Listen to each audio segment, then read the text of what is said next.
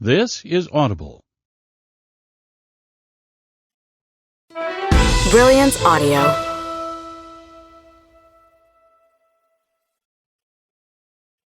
Cold-Hearted Casanova by L.J. Shen.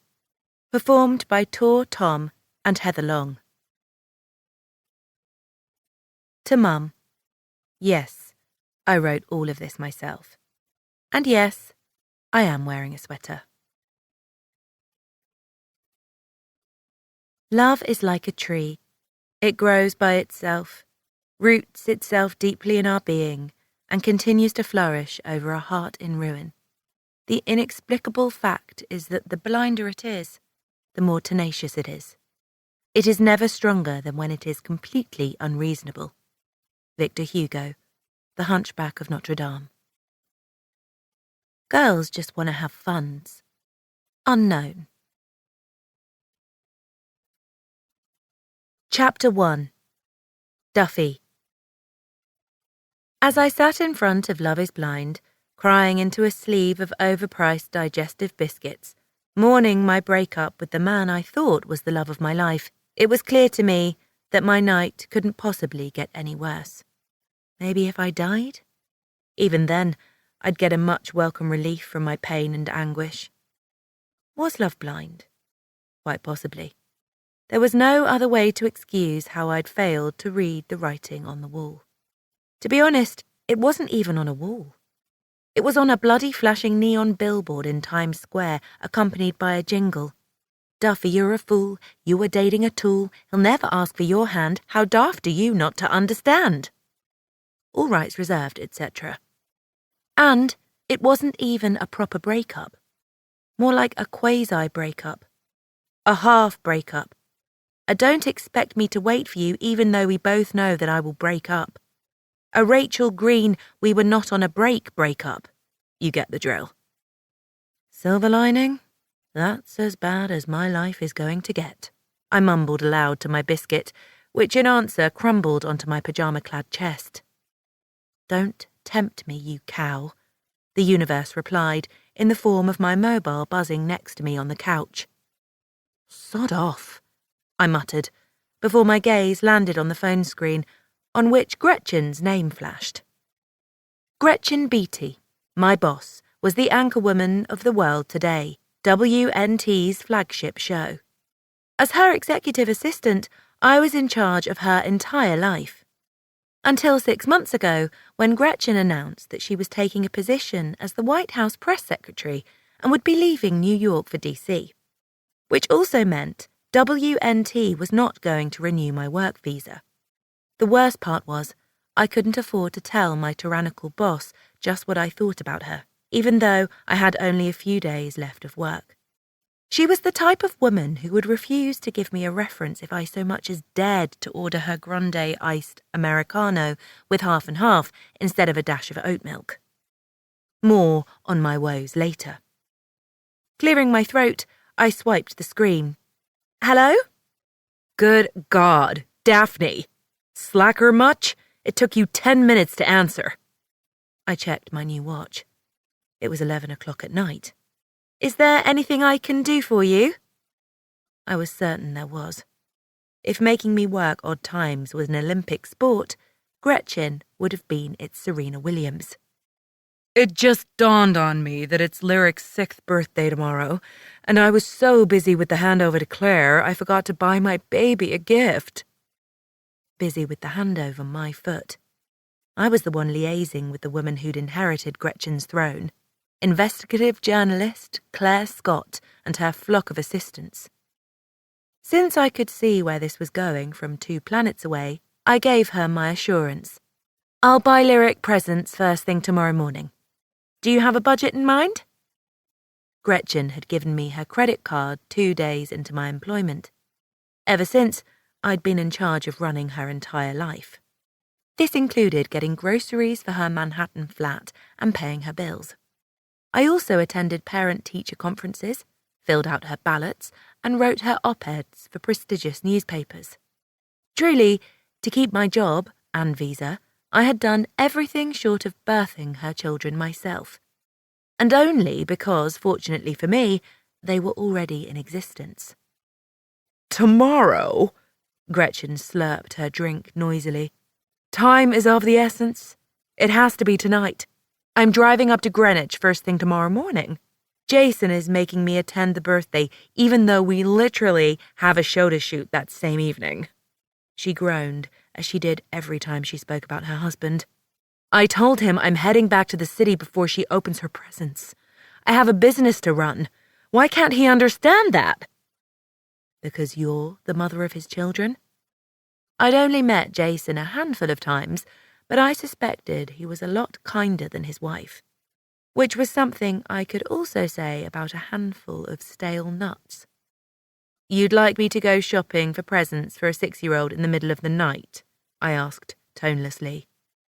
Wow, karma. Wow. What did I do in my previous life? Skin babies for a living? "What?" Gretchen yelled into her speaker over the loud music. "I can't hear you. I'm at this god-awful pub full of peons. No one even recognized me here, uncultured swine." "About the presents," I said, raising my voice. "I don't think I can find anything open at this hour." "Of course you can!" Gretchen sounded appalled. "This kind of attitude is why you Brits lost an empire, Daphne. Step up to the challenge. You can, because you must. I believe in you. Now I ask you, do you believe in yourself?" I believe I should have accompanied these biscuits with some wine. And maybe an Adderall. "I'll see what I can do," I said. "And make sure the gifts are with me before I leave for Greenwich at 6 tomorrow. 6 in the evening?" 6 in the morning, silly." "What?" I shrieked. "I can't." But it was too late. The line had gone dead. I stared at my mobile, calculating my next move. Not that I had many options to choose from. Gretchen was still my boss for the next 2 weeks. Knowing her, she'd tarnish my name in every news agency in New York if I crossed her now. Reluctantly, I picked up my mobile and called BJ. My ex-boyfriend, BJ. The same BJ I broke up with tonight. Yup, that prat. "Duffy!" He sounded both delighted and smug. Why wouldn't he be? My parting words were that I never wanted to speak to him again, and that was 45 minutes ago. "Changed your mind, huh? Why don't I call you an Uber and you can come to my place and discuss everything?" "Actually, I need your help." Bold assumption, though. "It's an emergency. Do you know anyone with a toy store, or someone who could pull strings to open one this time of night?" The only reason I felt comfortable asking him for a favour was because I'd bailed BJ out of loads of trouble over the years. I'd written his entire dissertation when we both attended Cambridge, made last-minute birthday cakes for his family members, and once physically expressed his mum's elderly Yorkshire Terrier's glands. "Adult toys or toy toys?" he asked. "The latter." I reared my head back and scowled at the phone. "Purchasing a vibrator is not usually an emergency." He let out a grunt. "Gretchen again." Were we really having a normal conversation? Like he hadn't told me earlier that he was leaving for Kathmandu, Nepal within the next few days, as if we hadn't spent the last half-decade together. "Lyric has a birthday tomorrow," I confirmed. "Give me a few minutes. I'll hook you up." "Cheers."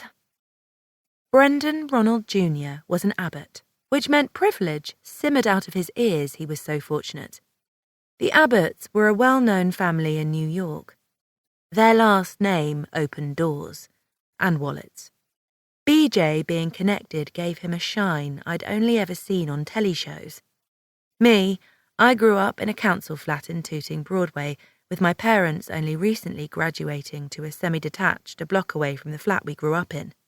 When I first met him in Cambridge all those years ago, me on a full ride, him with a library section under his family's name, all I could think about was how to keep him, to make his good fortune my own, literally and figuratively. My stepdad owned a chippy and Mum was a homemaker. We were the opposite of influential. What would that be called? Outfluential? Mum would buy discounted potatoes at the Portuguese shop downstairs and constantly try to find little coupons to buy milk and bread. My mobile vibrated 3 minutes later. I swiped the screen. Yes? Midnight. FAO Schwartz. A woman named Kaylee is going to open the store for you. But you only have 10 minutes and the lights are going to stay off, BJ said reluctantly. He must have been pissed about my not falling at his feet. Oh, come on, Duffy. You know I've been working my ass off for the past few years. I deserve this vacation. And it's only for 6 months. I'm going to hang out with monks, learn how to meditate. Fractions of our breakup conversation, which had taken place at our favourite restaurant, assaulted my memory. That's more than I'll need. Thank you. You promised, BJ. You said you'd pop the question. I counted on you. That's why I stayed put. My visa expires in 2 weeks. You can't do this to me. So, BJ seemed reluctant to hang up. I feel like you're still mad at me. Are you ever gonna hear me out? Jesus, Duff, talk about putting me under pressure. No wonder I'm second-guessing our engagement. I feel like a walking, talking meal ticket. Besides, you can always come with me to Nepal. No, I cannot. I can't leave the US if I want to stay, you wanker. I heard you out at the restaurant, I clipped out. Honestly, I'd bleach my own ears if it meant unhearing some of the things you've said. If all you care about is the freaking visa, just find some other sucker to marry, Duff. Just because you and my mom are pressuring me to do it doesn't mean I'm ready for marriage. I know I said I would be, but people change their minds. It's called growth. I wasn't being snarky. I know how much you love this city. That should show you how much I care, he protested. I gave you permission to do something that had hurt me badly so you can reach your full potential. This is the ultimate sacrifice. You marrying someone else. Permission. Someone needed to buy the man a calendar. And a clue. We weren't in the 19th century anymore. Cheers for the help again, BJ. Have a grand night. So we're not even going to hook up before I leave? One last time for the ride? I hung up the phone, shaking my fist at the ceiling of my 500-square-foot Madison Avenue flat. God had failed me. He could well forget about me ever going on Lent again. It was midnight when I cabbed it from FAO Schwartz to Gretchen's ritzy flat on the Upper East Side. If I were lucky, which, as you could suspect by the way this evening was unfolding, wasn't a characteristic of mine, she'd be fast asleep, and I could quietly dispose of the wrapped gifts. Must be a special birthday girl to get so many presents. The cab driver eyed me in the rearview mirror. I was buried in pastel-coloured gifts, anatomically correct baby dolls, Barbie fanny packs, a ride-on unicorn, and a life-size kangaroo. Was civilization ever going to address the fact that kangaroos were aggressive arseholes and not cute? I needed their PR person. Wouldn't you think, I muttered, peering out the window as skyscrapers zinged by. Manhattan was especially lovely at night. Elegant, gritty and dewed with promise and opportunity. Throwing money at children isn't love. It's an admission of guilt. The cab pulled up at the curb. I saluted Terence, the doorman, as I zipped past him. He was used to my coming and going at all hours of the night. After practicing mindful breathing and telling myself that the worst of the night was definitely behind me, I stuffed myself and Lyric's gazillion presents into Gretchen's elevator. When the elevator slid open, I was greeted by 4 overrun garbage bags my boss had decided to position outside her door. Gretchen once explained to me she didn't believe in taking out her own trash, as though keeping her flat tidy was aliens or cryptids. Sidestepping the leaky things, I balanced Lyric's gifts as I punched in the code that unlocked Gretchen's door. I swung the door open. The bloody kangaroo slipped from between my arms to the floor. I tumbled over it, diving headfirst on a gasp. Luckily, and I use the term loosely, I landed on the fluffy thing. My dress rode up, giving my bum some airtime. To make matters worse, I was still wearing the sexy knickers I'd bought last week in hopes BJ would propose tonight. Black and lacy with a red bow just above the crack. With my face buried in a kangaroo's knob, Of course, I didn't fall atop it missionary style. That wouldn't have been quite as humiliating. I thought tonight really, truly, undoubtedly couldn't get any more disastrous. Yet again, the universe rose to the challenge. Because as soon as I lifted my face from the kangaroo's crotch, I realised what I had walked into. My married boss having sex with a man who definitely wasn't Jason. Chapter 2. Duffy. The image was imprinted on my mental hard drive before I could hit the delete button. Of my ball-busting boss, the woman who'd moderated the last presidential debate, with a scarf balled and shoved inside her mouth, as a tall, bizarrely well-built demigod slammed into her, his arse muscles contracting each time he did. Her pencil skirt was bunched around her waist, her knickers haphazardly tugged to one side. Her tits bounced happily through her torn shirt. Lovely. Assuming Jason hadn't become a 6'4" deity with buns of steel, Thor's build and shaggy 90s heartthrob blonde hair in the 3 weeks since I'd last seen him, this was definitely a paramour of some sort. "Nice panties," he greeted me mid-thrust, not bothering to stop shagging my employer. "Please tell me you're wearing a matching bra." "I am," I announced, refusing to appear embarrassed. "They were on sale." "Great investment," he groaned, obviously on the edge of a climax. Were we actually exchanging pleasantries while he was defiling my boss? And people said the Brits were overly polite. "What the fuck, Duffy?" Gretchen shoved the man away, her bare feet slamming against the marble floor. She dashed toward me like a bullet, trying to cover her tits with her torn blouse. I scrambled to my feet, tugging my dress down as I peered at the man behind her, because obviously ogling hot men was of great importance in that moment. Bloody hell. Where did she find this bloke? Not anywhere I'd been frequenting, that was for sure. To say the man was hot was like saying hell was pleasantly sunny. Sizzling was more like it. His cheekbones and jawline were comically sharp, his lips pomegranate red, pouty yet well-proportioned. And that body. Hello, Michelangelo's David. But with much better equipment. Was he an aging model? An actor? Brad Pitt and Chris Hemsworth's love child. They must have had him when they were quite young. He looked to be in his mid to late 30s. Gretchen gripped my shoulders and yelled in my face. "What are you doing here? Answer me!" "You told me to bring Lyric's gifts to your flat before 6 o'clock in the morning," I reminded her in a rather bland tone. Even though this was a colossal clusterfuck, it wasn't my colossal clusterfuck. "I meant in the early morning, you idiot!" Gretchen kicked away the wrapped gifts between us, showing me exactly how much she cared about her child's birthday presents. "Not in the middle of the night? What the hell were you thinking?" I was thinking I wanted to get this assignment done so I could be available to tend to all of my other Gretchen Beatty-related duties tomorrow morning. I took a step back, not in the mood to be showered with her spit.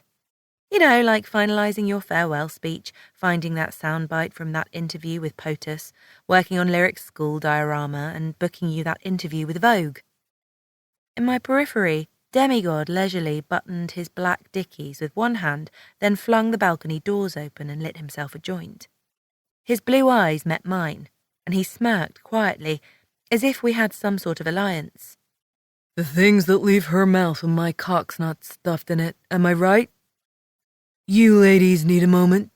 His voice was rich and smooth and, I couldn't help but notice, quite mocking. "A moment? A drink? For you to build me a time machine to get me out of this mess?" Gretchen picked up one of the presents and held it at him. He seized it mid-air, then calmly placed it on the credenza. "I can get you a drink in a moment. As for the time machine, I only build shit if it comes with an IKEA manual. Though if you're serious about it, my friend, Arsène could probably—" "I really don't care what your friend Arsène can do. Can you strangle and bury her somewhere?" Gretchen seized me by the wrist, obviously worried I'd escape. "No one's gonna miss her."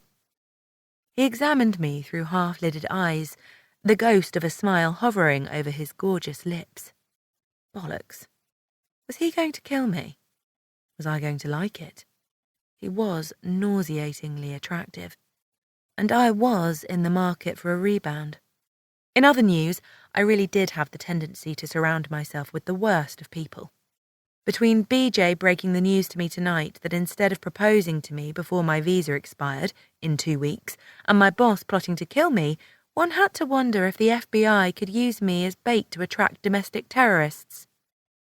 Nah, I think I'll keep her as a pet, Demigod winked. You just try. I narrowed my eyes at him, my feistiness trickling back into my system. I'll chew on all your furniture, piss in your shoes, and bite your ass. Chuckling and shaking his head, he glided out of the double-glazed doors, leaving us alone. Gretchen swiveled to me, a demonic sneer stamped on her face. You had no right to barge in here. I've been coming here 3 times a week since we started working together, I pointed out. I reckon you simply forgot you invited me this time around. Oh, fuck. I got so drunk. He always makes me lose control. What do I do? Gretchen let go of me, raking her shaky fingers over her face. She began pacing, shaking her head frantically. No one can know. This could end my White House career before it even started. To make matters worse, because WNT had been in the midst of a humongous sexual harassment scandal when I joined their forces, the network had decided to waive all NDAs for people who worked with the stars of their flagship shows in an effort to exhibit full transparency, which meant I had never signed a non-disclosure agreement. Nothing stood in the way of me shopping myself a nice 6-figure interview about how I caught Gretchen Beatty shagging a man who later on toyed with the idea of keeping me as a pet, then plotted my murder in my presence. Wait, wasn't that a Coronation Street plot?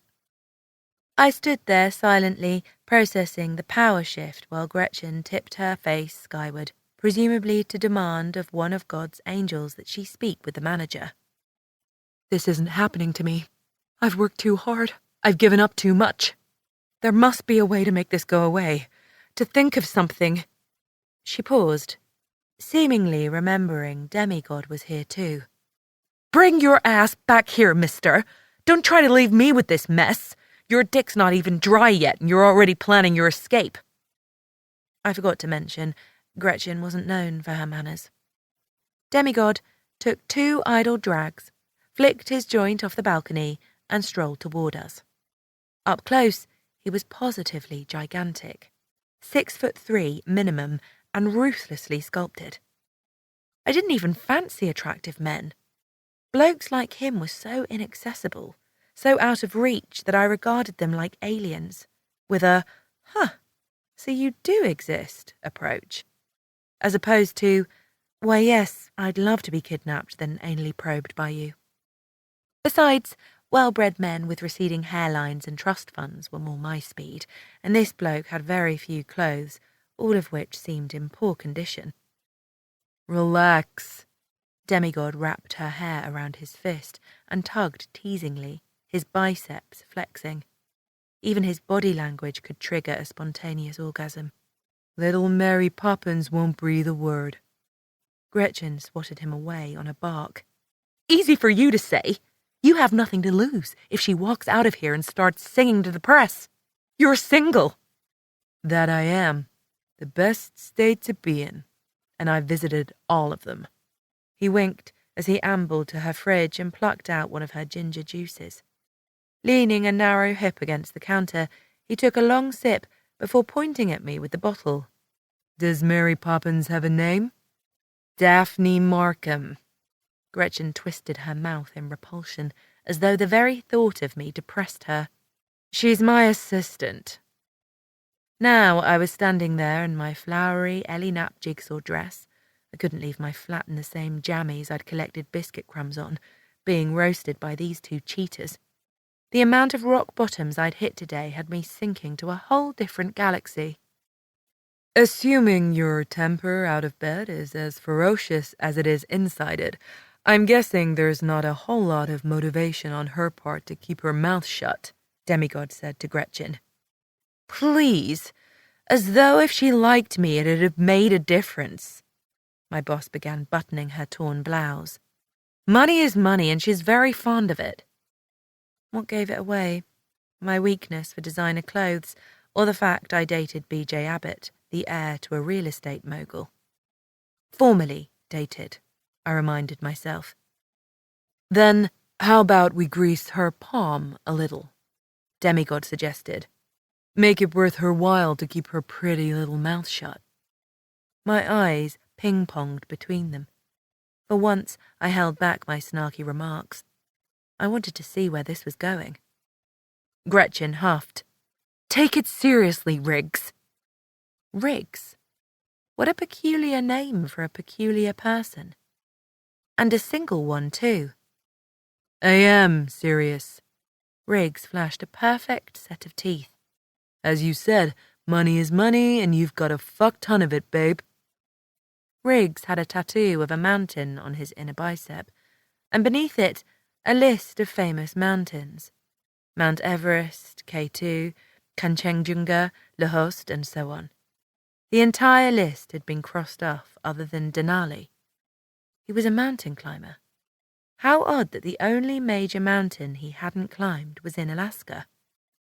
How odd that you'd be thinking about his mountain climbing career while contemplating blackmailing him, which, by the way, was the direction I was currently leaning toward.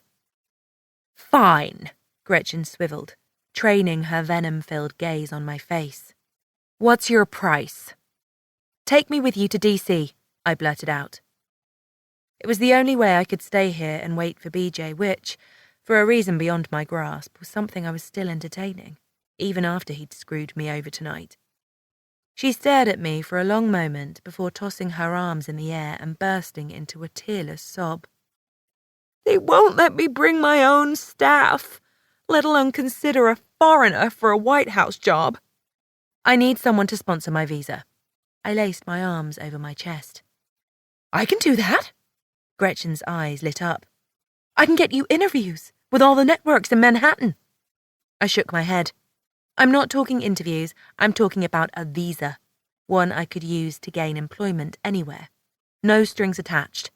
I was done being metaphorically squeezed by the bollocks by a network that knew I depended on it to stay in the country.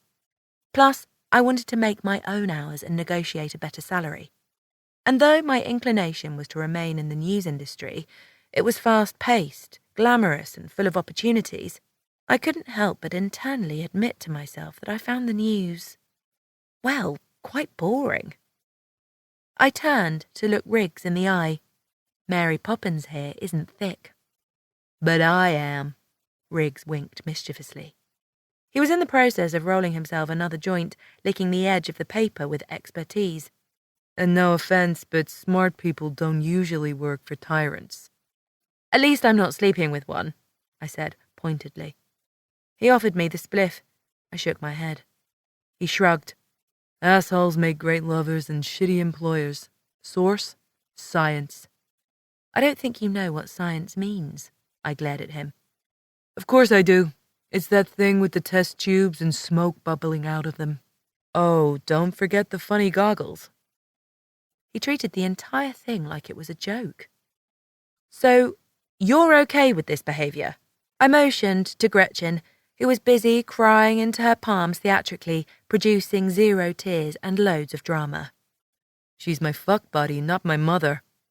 Back to the topic, Gretchen interjected, not seeming to be bothered by how she'd been openly labelled as an abuser by both of us. How am I supposed to secure you a visa? The last thing I need is to meddle with the immigration office while I work for POTUS. There are other ways to secure a visa.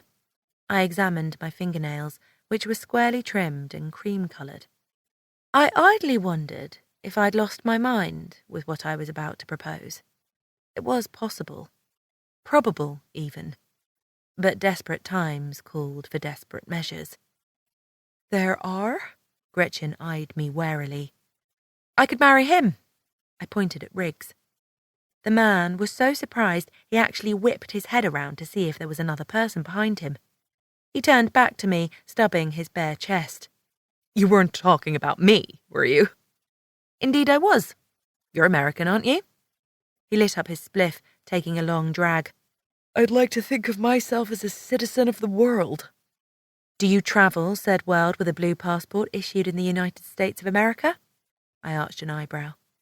His flat-lined expression said it all. If you want to get all technical. Good enough for me. So, when's a good time for us to get married? I asked, businesslike. I produced my phone from my purse and checked my calendar. I have a mani-pedi tomorrow after work and a facial on Saturday, but otherwise I'm free. Though I could probably cancel the facial if he needed me to be flexible. Teamwork was one of my fortes. Sorry, it might be the accent. He fished his black tea from between the pillows of the couch, then slid it on. But it sounded like you just dropped the M-bomb. Marriage is not profanity. No, it's not.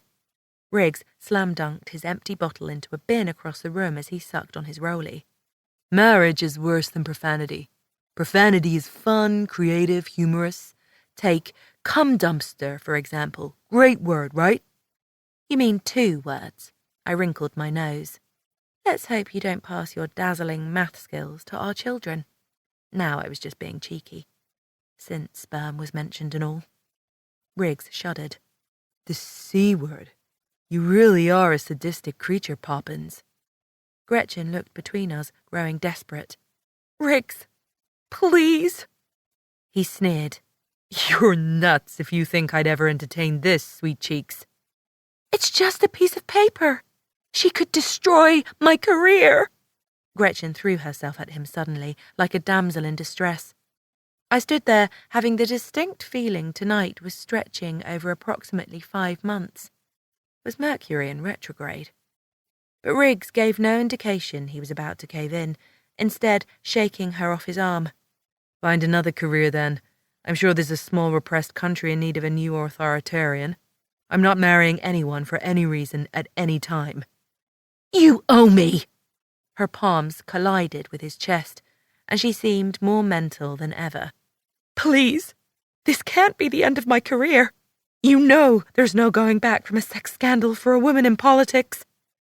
She slid down his body, begging him on her knees now. He stared her down, his jaw square, his eyes dead. What was it that revolted him more, I wondered? The fact that she'd begged him to sacrifice his freedom for her, or the prospect of marrying me?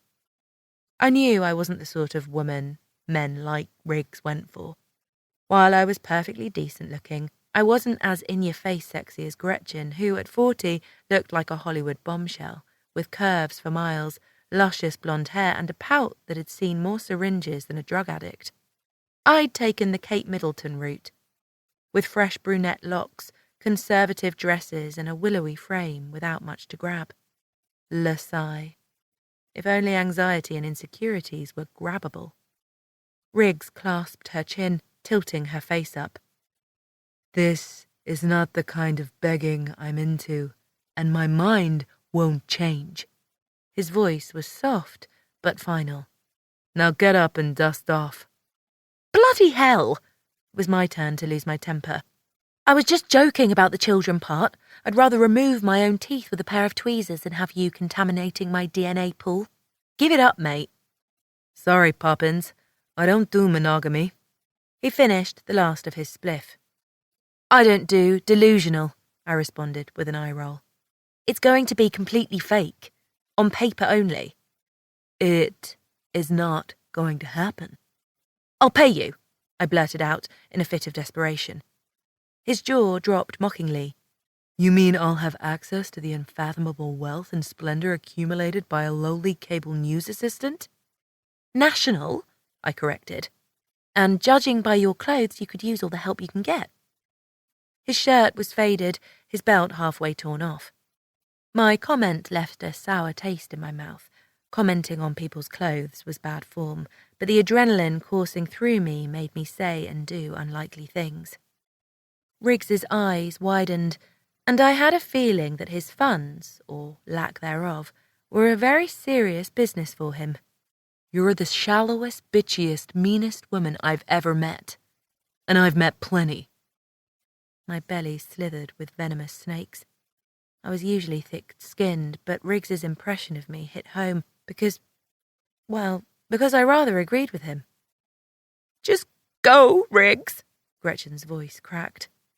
Her head lolled between her shoulders like she was boneless. You're not going to help me, and you're not making things better. Don't have to ask me twice. He shoved his feet into dirty army boots and slung an old backpack over his shoulder. Good luck. He stormed away, leaving both of us to stand there like we were in a duel. Maybe it was a duel. Maybe it had always been a duel between Gretchen Beatty and me. Only now, one thing was for certain. She knew my gun was cocked, loaded, and ready to fire. Chapter 3. Riggs. Emmett Stoss was a schmuck. This wasn't only my opinion, but a fact. Another not-so-fun fact? That schmuck was my boss. The big irony was, I didn't need to have a boss. Or a job, for that matter. Before my grandfather took his final dirt nap, he'd left me a $1.3 billion fashion empire. About $800 million of it liquidated. I wasn't only rich, I was fuck you rich. The kind of rich people hated on principle. But because I grew up with people who were loaded, and I'd witnessed how deeply money corrupted the soul, I'd refused to submit to its allure. See, what people didn't know was that being a billionaire was the most boring thing one could be. You spent your life hopping from one vanity venture to the other. The stakes were never high. The outcome of failure and success remained the same. And don't get me started on people who hung on to billionaires like remoras on a shark, feeding off scraps of prey, which was why I'd always lived like I didn't have money. Money was a great substitute for happiness, but you could always tell the difference. Because unlike money, happiness wasn't something you were constantly afraid of losing. Usually, living like everyday folk was a decision I prided myself in. Today, I wanted to punch my own balls for the decision. Riggs, I'm going to need you to stay after this meeting. Emmett tapped his pen over his notepad from across the boardroom. I have something important to discuss with you. A once-in-a-lifetime opportunity. Thank me later. Yeah, hold your breath, assface. I rarely attended the monthly editorial meetings for Discovery magazine, choosing instead to travel the world and actually do photography work. Sometimes, when I was between assignments, I showed my face at the headquarters, but not often. Confined spaces made my skin crawl. I nodded, glancing at my phone again.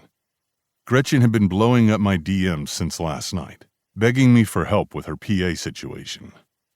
I felt bad for her, but not bad enough to wed an entire fucking stranger. And one who spoke and acted like a Harry Potter villainess, no less. On top of being a terrible negotiator, Poppins was also rude, overbearing, and snobbish.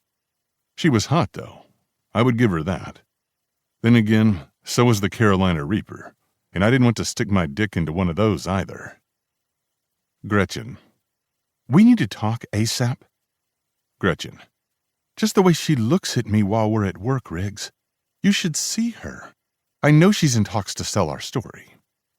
Gretchen. I couldn't even concentrate on Lyric's birthday today. Gretchen. Please reconsider. You wouldn't even have to see her. It'd just be paperwork. She spends most of her time trying to move her way up the social circles of NY and buying seventh-hand designer bags, like that fake heiress from that documentary, only less sophisticated. I hope for our nation's sake Gretchen would do a better job being the White House's press secretary than selling this woman to me.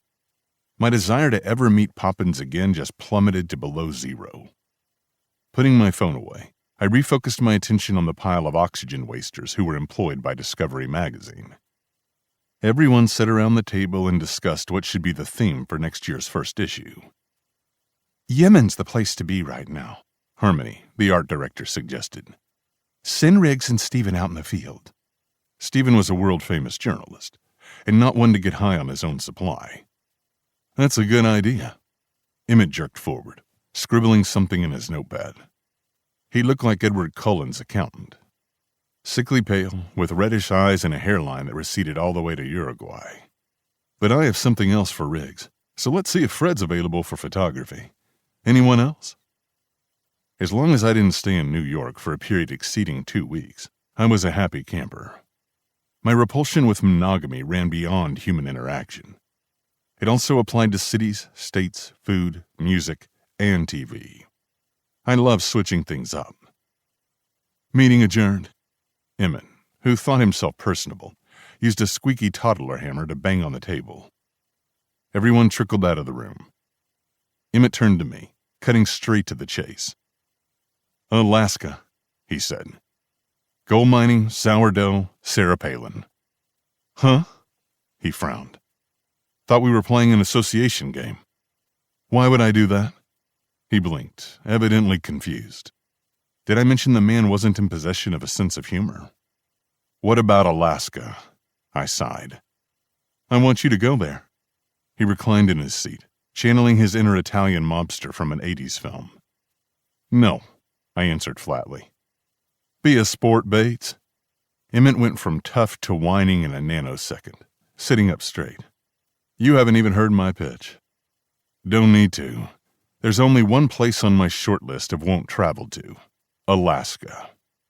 Before you make up your mind. Emmett slammed his notepad shut. It's a great opportunity, both for the magazine and for you. We're collaborating with a new streamer, Planet E, on a documentary about deep Alaska. This thing could win us Emmys, Riggs.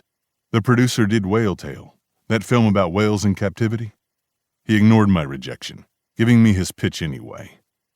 The one that got slammed in reviews as a mouthpiece for oil companies? I elevated an eyebrow.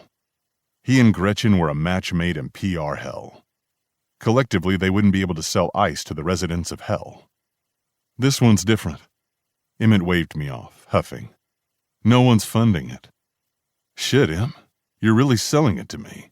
A low-budget documentary produced by a washed-up sellout has always been my dream. Right after becoming a space cowboy, of course. You'll be getting into the thick of it. I'm talking 8 months of non-stop filming. Here, buy yourself some Q-tips. I threw a $5 bill on the desk between us, then stood up and tucked my wallet in my back pocket. Your hearing's impaired.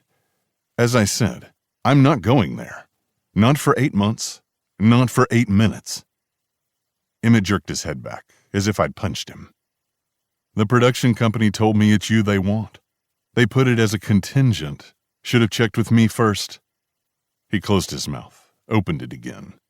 Is there any specific reason why you're so revolted by the idea of Alaska? There is, I answered matter-of-factly. And it's none of your damn business. Every time Emmett and I spoke with one another, it ended up with a verbal sparring match in which he got knocked out. To be honest, he had good reasons to hate me.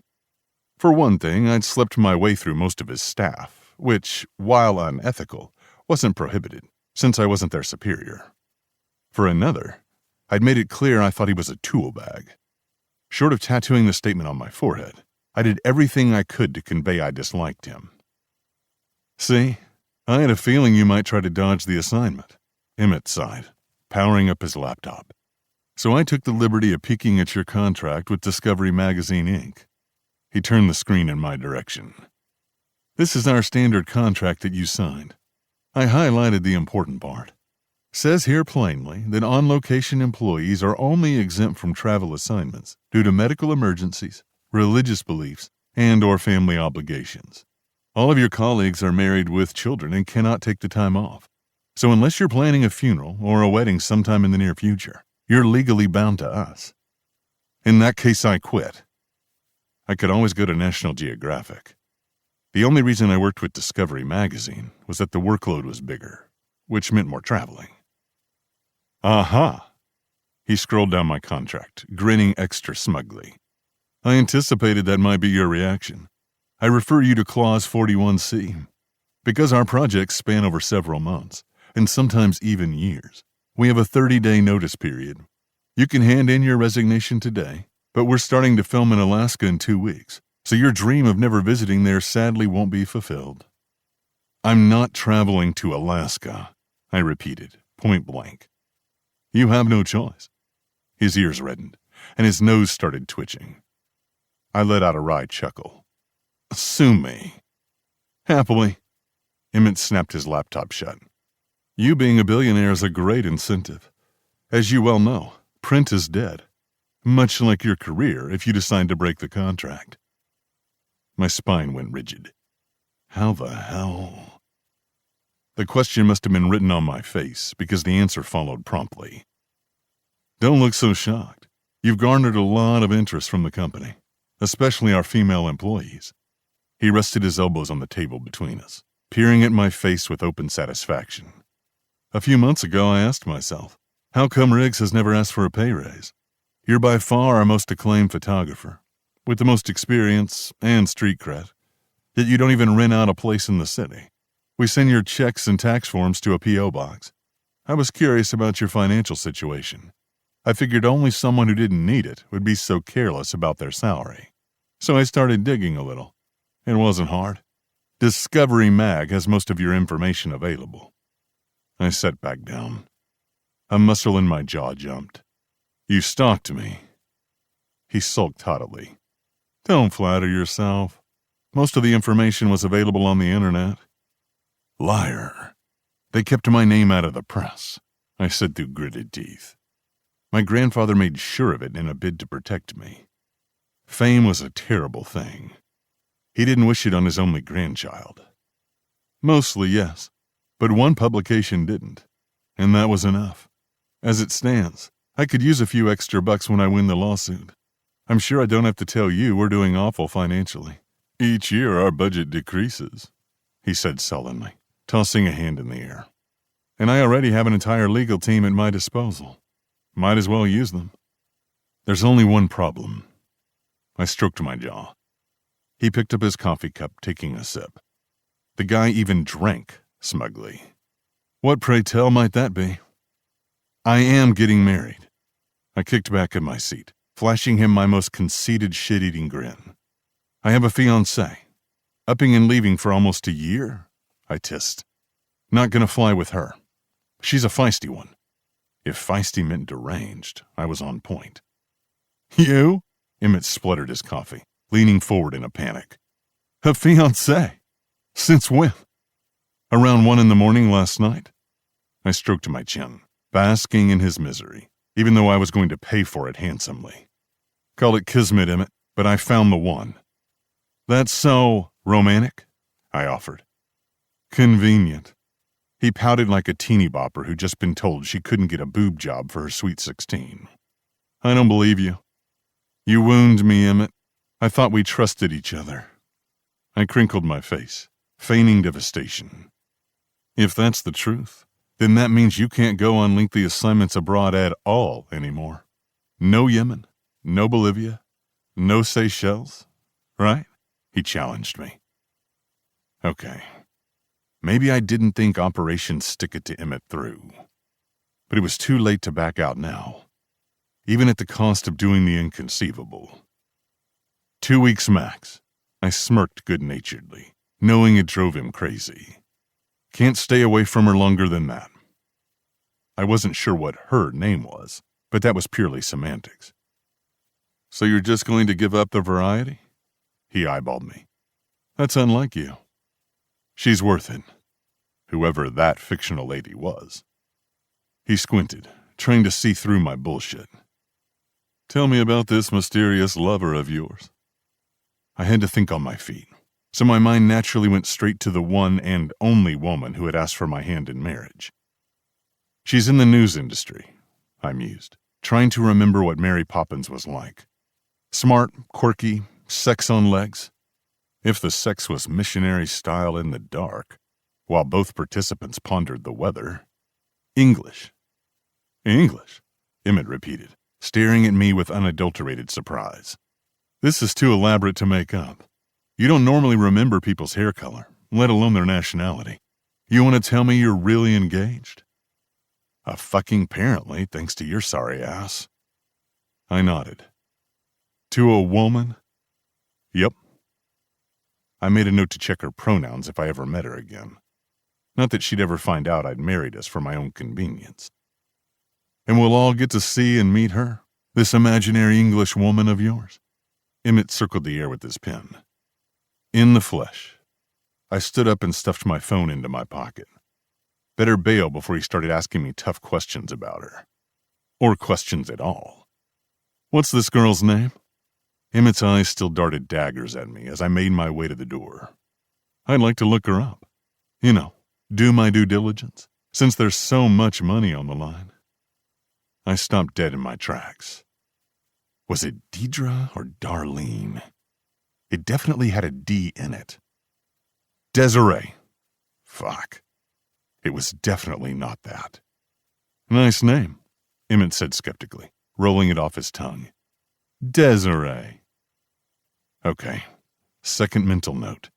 Tell What's-Her-Face to change her name if she wants that visa. Also, was I really entertaining the idea of marrying this wacko for real now? Apparently I was, because she was the kind of woman to definitely tell Emmett we weren't married if he ever found her. Desiree what? He pressed. Are you going to ask for her social security and Wikipedia page next? In lieu of answers, I decided offense was the best defense. I'm not going to violate her privacy, so you can get your rocks off. Don't worry, I intend to do a thorough check to ensure Desiree has a nice, proper, real last name. And very soon. Knowing you, you'll put a PI on my ass the minute I walk out of here. She exists, I ground out, pissed now. So that won't be a problem. Well, let me know when you have a date in mind. For the wedding, I mean.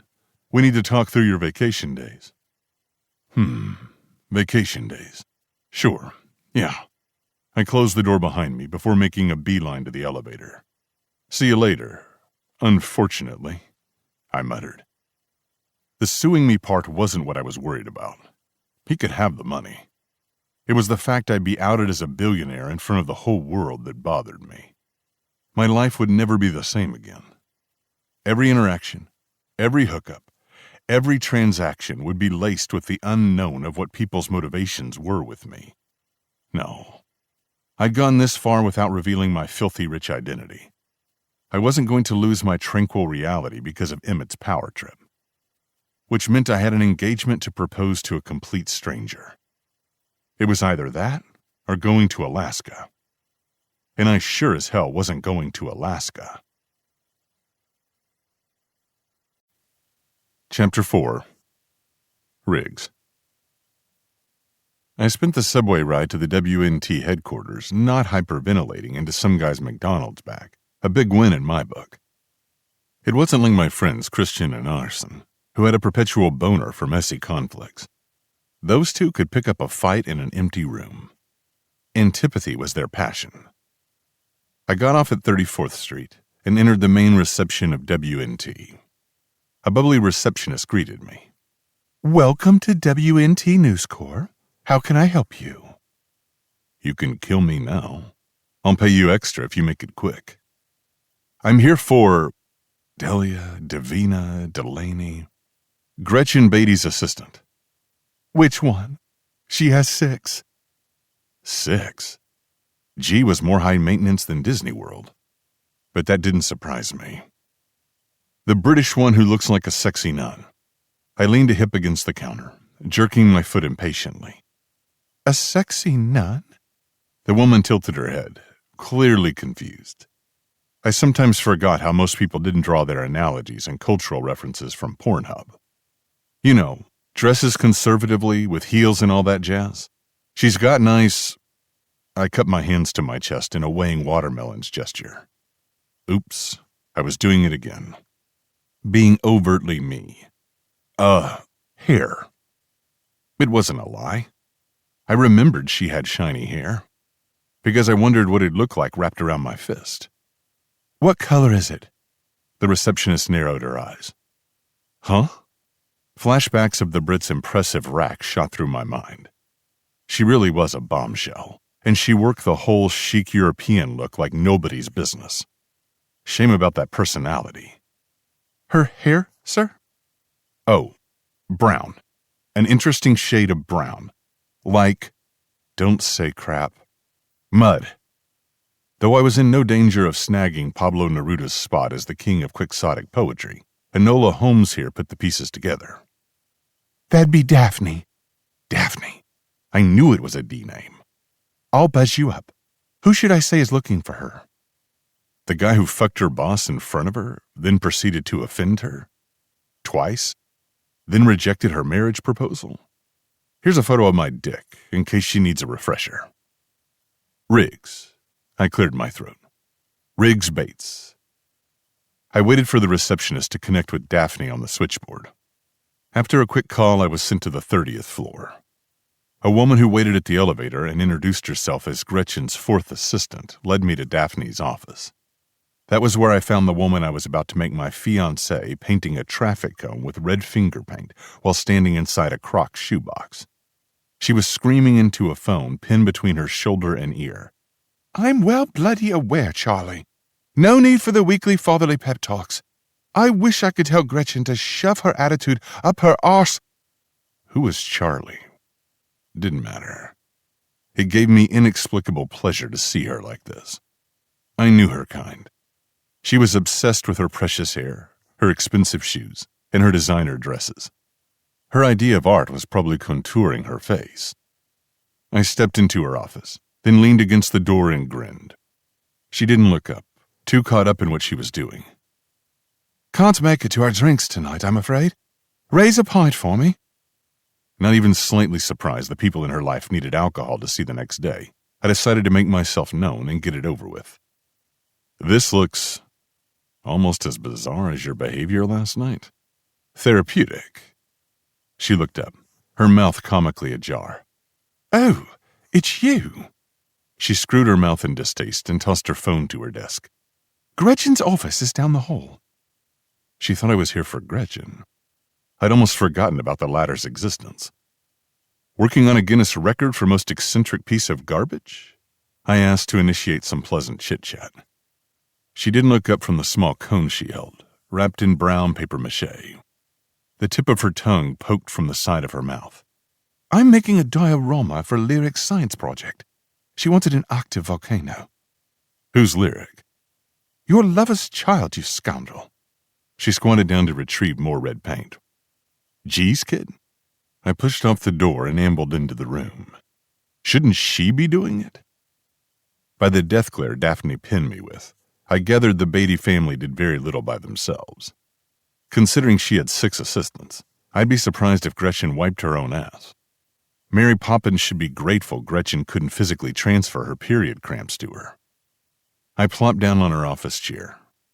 She had flow charts with Post-it notes arranged by pastel color on her desk, freakishly neat handwriting, and an inspiration board pinned with Hamptons, mansions, and Birkin bags. Gretchen wasn't kidding. She was a social climber. I'd grown up around moneyed women my entire life, and the only ones who were gaga for overpriced designer crap were the newly rich ones. I came here to continue our negotiations. I popped open a plastic container's lid on her desk to see what was inside. Berries. Figured. She seemed like the kind of woman who viewed carbs as a mortal sin.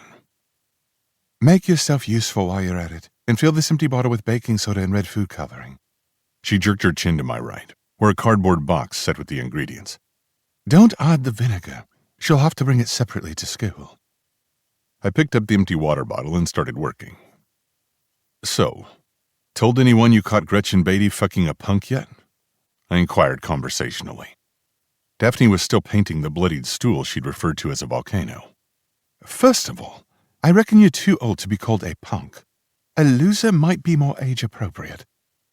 And this is why you have to blackmail people into marriage, sweetheart. To answer your question, I'm currently shopping around for an interview deal. She let loose a smile that could freeze the sun and its neighboring planets. And how's that going for you? I tilted an eyebrow. She glared at the shoebox she was standing in, then back at me in a take-a-while guess look. Well, I come bearing good news. I used the funnel on her desk to slide the baking soda into the bottle. Oh? She picked up a wet towel from the floor and wiped her hands. Last time you came, the only good thing that happened was I narrowly avoided getting strangled to death by my boss. No thanks to you, of course. Shit, Poppins. Was that a sexual innuendo? I laughed. Hardly. She scowled and then blushed. That wasn't a sexual innuendo either, so do behave. My God, her mouth was more entertaining than her boss's, and it wasn't even wrapped around my cock. Actually, I have a confession to make. I didn't come. I put a hand on my heart. You killed the mood for me. The condolences basket is on its way. She untied the apron around her waist. Underneath it was a pleated ankle-length dress that made her look like a stern governess who was a few minutes away from thrashing an orphan for asking for more porridge. Having sex with the woman was probably as thrilling as filling your annual tax return. Water under the bridge. I screwed the cap back on the bottle with the baking soda and put it in the box. Listen, I'm willing to rethink the whole getting hitched thing. She stepped out of the diorama and carried it to an open window, each of her movements designed to curb her surprise and joy. Why? Don't worry about the why. What is it? Are you in trouble? Have you done something illegal? She propped herself against her filing cabinet, her tone measured and crisp. You mean in general, or recently, in a way that can implicate you? She scowled. All three. I haven't done anything that could get either of us into trouble. Not recently, anyway. You do know I can't pay you. Her eyes darkened further. They were the closest thing to purple I'd seen on a human, and I fought the urge to drag her to the window, to natural sunlight, and take a picture of them to see what they'd look like behind my lens. I don't need your money. She curved an eyebrow, giving me a slow once-over. Daphne was unapologetically money-oriented, which was a huge turnoff. At least there was no risk for us to truly get along. I do beg to differ. Look, Poppins, you want to get hitched or not? Not, she answered decisively, and then after a beat rolled her eyes. But I'm afraid I must. First, I want you to tell me what made you change your mind. She wasn't going to let it go, and I wasn't in the mood to do this song and dance for the next couple of hours. Plus, I needed to get out of her office. It smelled like a candle shop. If you must know, I need a fiancé as an excuse to keep me in New York for a while. Work stuff. Oh, you have a job. Marvelous. She seemed surprised. What do you do? I'm a photographer for Discovery magazine. She popped one eyebrow. Clearly the answer she'd expected was trafficking small children in deadly drugs across the border. And having a wife would help you how? My boss won't be able to spring an 8-month stint in deep Alaska on me. Apparently it's an assignment fit for a single person without responsibilities. I need a responsibility. Some baggage. That's where you come into the picture. She stared at me with the enthusiasm of an inmate on death row. I've always wanted to be someone's burden. If it makes you feel any better, I'm sure you already are. Shaking her head, she groaned. So how do you see this working? Her hostility was low-key turning me on. I'd never met someone so immune to my charms, to my looks. This woman honestly only cared about high fashion and men with deep wallets. If only she knew she was standing in front of a man who was worth more than this entire block and its retailers combined. By setting expectations and some ground rules, I opened my arms wide. Rules? She tapped her chin, frowning. I do enjoy rules. Shocking. You're quite rude, you know. You called me a loser, I remind her. How else would you describe a man who conducts an affair with a married woman? Horny, I replied flatly, raising my palms in the air. Guilty as charged, by the way. Unbelievable. She tipped her head back, closing her eyes. Your rules. Start listing them, please. First, no catching feelings. I'm terrible husband material. I'm not a bad guy, but I'm not a faithful one either. I can barely stay in a committed relationship with my inner organs, let alone another human.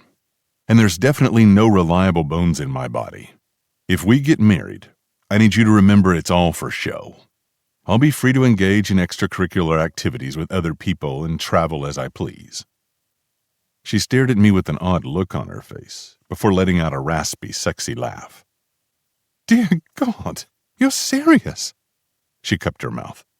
Rest assured, Mr. Bates, I'm in no danger of ever becoming infatuated with you. This woman was not great for my ego. The amount of humble pie she shoved into my mouth was making me nauseous. Remind me why I gross you out so badly. I was a glutton for punishment. Maybe it was time to try BDSM. I bet this woman would love to smack me around if I asked her. Well, for one thing, I'm rather involved with someone else. Before you ask, marrying him is not an option. Secondly, even if he wasn't in the picture. She trailed off, squaring her shoulders. No offense, but you're not my type. I like ambitious, driven, smartly dressed men with impeccable manners and noble pedigrees. You mean you want to marry a rich asshole? I translated, stroking my chin. You know, Daphne, I think you might be my favorite feminist. She crossed her arms, her glare deepening. I'm not going to defend my morals to you. Think fuck. I stacked my ankles over her desk and sit back. I find morals too boring and constrictive to preserve. Another long-suffering sigh escaped her. Anything else? Yeah. There wasn't, but I needed to pretend I'd given this more thought than a subway ride. Don't ask me for a penny. I have none. Terms and conditions accepted, she said. Now my turn. Hit me with it. You must co-sign my petition for a visa and attend our appointments and interviews with the U.S. Department of State. Make sure we're in compliance with everything they need. I know quite a few people who've done that. Easy peasy. Worst that could happen if we got caught would be to pay a penalty and get some community service, with her being deported. The world was too full of actual criminals to lock the two of us up. Accepted. Now let's get to the good part. When are we getting a divorce, Daphne? It's Duffy. Bless you. No, my name. All my friends call me Duffy. I suppose you should too. Fine. When are we getting a divorce, Duffy? So here's the thing. She licked her lips. It could take up to 36 months for me to get a green card. 3 fucking years? I spluttered. Aren't you supposed to get a temporary passport stamp or whatever in the meantime? Well, yes, you do. But then if we stick it out for 2 years, shouldn't take more than 24 months, really, and prove our marriage is legit. I held my hand up. Our marriage will not be legit. Come on. It isn't like they have a way of knowing this. She waved a dismissive hand my way. Think about it. I can help you with whatever you need at work. She pushed off the cabinet, pacing back and forth in an attempt to come up with more prose. Oh, she stopped, snapping her fingers. Gretchen mentioned earlier that you don't have accommodations. You could absolutely stay with me temporarily. My fridge is full, and my settee is quite comfy. Full of this? I raised the container with the berries. No, thank you. You must need a place to sleep. She frowned at me. Finding a place to crash has never been an issue. I could buy a whole damned hotel if I wanted to. But why ask for favors? You're what? 38? 40? She scanned me head to toe. 37. My ego was dust and a distant memory at this point. Right. She smiled politely, revealing a stunning white smile and zero warmth behind it. Sauce. I couldn't figure her out. Why couldn't she marry her main piece? Maybe he wasn't American. Whatever he was, I didn't need a jealous boyfriend in the picture. Then again, if Duffy and I were having this conversation, there was no chance the guy truly gave a crap. I'd never been in love, but both my best friends were disgustingly and happily married, so I knew what love looked like. If Arya or Winnie had spontaneously decided to marry someone else, both grooms would be scattered in cube-sized pieces all over New York in a CSI-style scavenger hunt. I popped some berries into my mouth as I spun in her chair like a child. Tell you what, let's wait for your temporary visa first. That buys you time to find a job that will sponsor you. And if the arrangement works out, and no offense, but I wouldn't bet my chips on it, we can stay married until your green card is secured. If not, you'll grant me a divorce. A nice and quick one, or I tell the authorities you blackmailed me into doing so. Final offer. She looked like she was about to argue, first opening her mouth, then pursing her lips reluctantly. Finally, she nodded. Fair. I stood up and thrust my hand in her direction. She looked down at it like I was offering her chlamydia. Her stuffiness was starting to get on my last nerve. I almost withdrew when she apparently decided to bite the bullet and place her hand in mine. Her shake was cold and dry. Her beauty was sadly wasted on one of the most horrible women I'd had the displeasure to meet. Duffy despising me was great news to both of us. The last thing I needed was for my fiancé to tolerate me. How does it feel? I peered down at her purple eyes. How does what feel? She glowered. To catch genital herpes through a handshake. If she enjoyed my joke, she chose to show it by visibly gagging. She stepped back and wiped her hand on her dress. Don't be so stuck up. I promise to keep my STDs to myself. I appreciate it. Oh, and Dina? Duffy. One more thing. Yes. She looked like she was bracing herself for a blow. How open would you be to changing your name to Desiree? Chapter 5. Riggs. Later that night I stopped at the Brotherhood, a bar favored by aging hipsters. There was nothing overtly special about it, other than the fact that it was too run down to attract tourists, and the playlist swung heavily toward 90s and early 2000s music. Arson Christian and I sat at the bar. I was crashing at Christian's while in town. Since I had just become betrothed, I was racking my brain for a creative way to tell him his bedroom would be needed for a few more weeks, while Duffy and I tied the knot and filled out paperwork. No fucking way was I sharing a confined space with Cruella de Vil. Cohabitating a city seemed too much at this point. Both my friends' wives were great catches, albeit in different ways. Christian's Aria was a bossy, sassy, red-heeled ballbuster with world domination aspirations, and Arson's Winnie was a doe-eyed actress with a southern drawl and the best peach pies on the East Coast. They both seemed chill about my using their places as hostels. It was Arson and Kristen who wanted me out of their hair so they could continue humping their partner's legs uninterrupted. What can I get you, gentlemen? A new bartender, with spiky green hair and a collection of piercings, winked my way as she slid coasters across the bar. I ordered a local brew, Arson a Japanese beer, and Christian a whiskey, neat. Coming right up. She beamed at me behind her shoulder, peppering the gesture with a wink. This new one seems extra jolly. I patted my jeans. Did she just steal my wallet or something? For what purpose? You look like the kind of guy who only holds used gum and a Costco membership in it. No, you porked her, Arson articulated graciously, an astronomy book propped under his elbow. Fuck. Happily put. Christian was typing an email on his phone. When? I may or may not have promised my friends to stop hooking up with the staff here. Quality, quiet dive bars were becoming hard to come by downtown. Between Chile and Mozambique, Christian supplied, reluctantly ripping his gaze off his phone. She asked about you a dozen times after you went away. Apparently you told her you had 1 year to live and were on a mission to travel the world, so no relationships for you. That sounded like something I'd say while zipping up my pants on my way out. We figured you wouldn't remember her, so we told her you were suffering from amnesia. Thanks, pal. I clapped his shoulder. He shook me off. Instead of thanking me, stop feeding women bullshit stories. We're tired of cleaning up your mess, Bates. What else was I supposed to tell them? The truth? You're great, sweetheart. You really are. But due to a fucked up childhood and deep-rooted abandonment issues, I would rather feast on my own leg for the next week or so than get attached to another human. After our drinks were served, and the bartender gave me a poor thing pout and told me she was always here if I needed to talk, Christian swiveled on his stool in my direction. So when's your new assignment starting?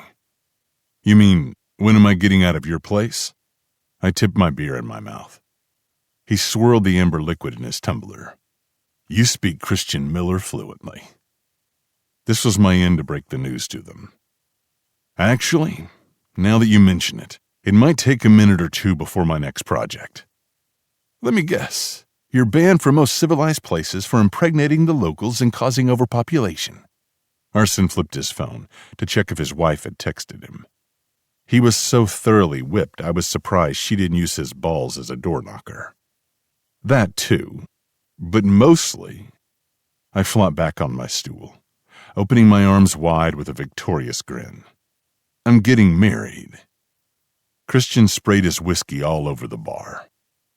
Arson's quiet, skeptical glare dug its way under my skin as he watched me from behind his beer bottle.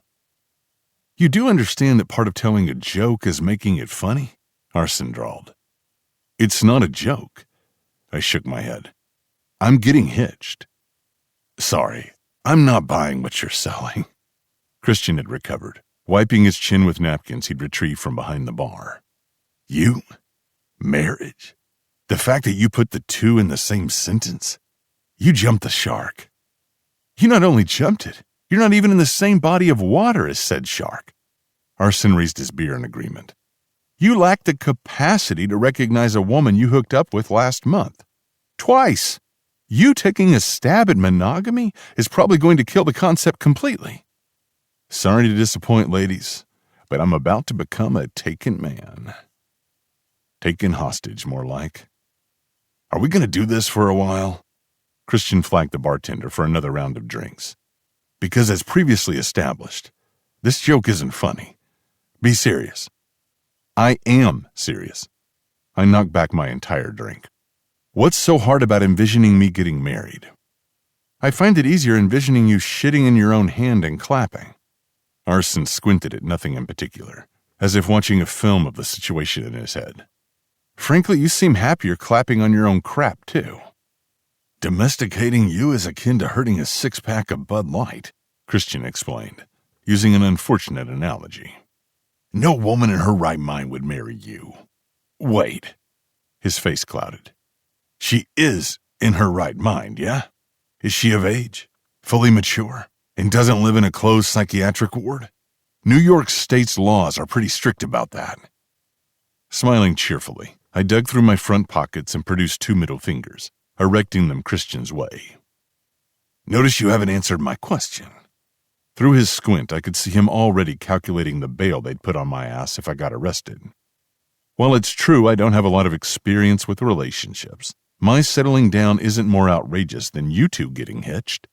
I peeled a sticker off the bar, quietly but thoroughly pissed. If anything, I've never been mean or abusive to my partners. I pinned Christian with a glare. Nor have I ever bullied anyone. My gaze shifted to Arson.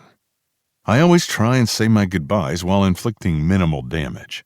Compared to both of you, I'm a gentle soul. A gentle soul who keeps mason jars with his farts in a Brooklyn storage space from when we were in 9th grade. Christian raised his new whiskey glass in a dropped mic gesture. They'll be worth a fortune one day. I gave him a chiding scowl.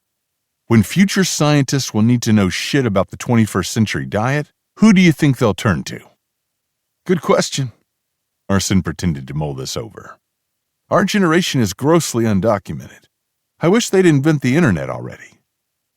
I made a mental note to return these friends to the store and get new, less contentious ones.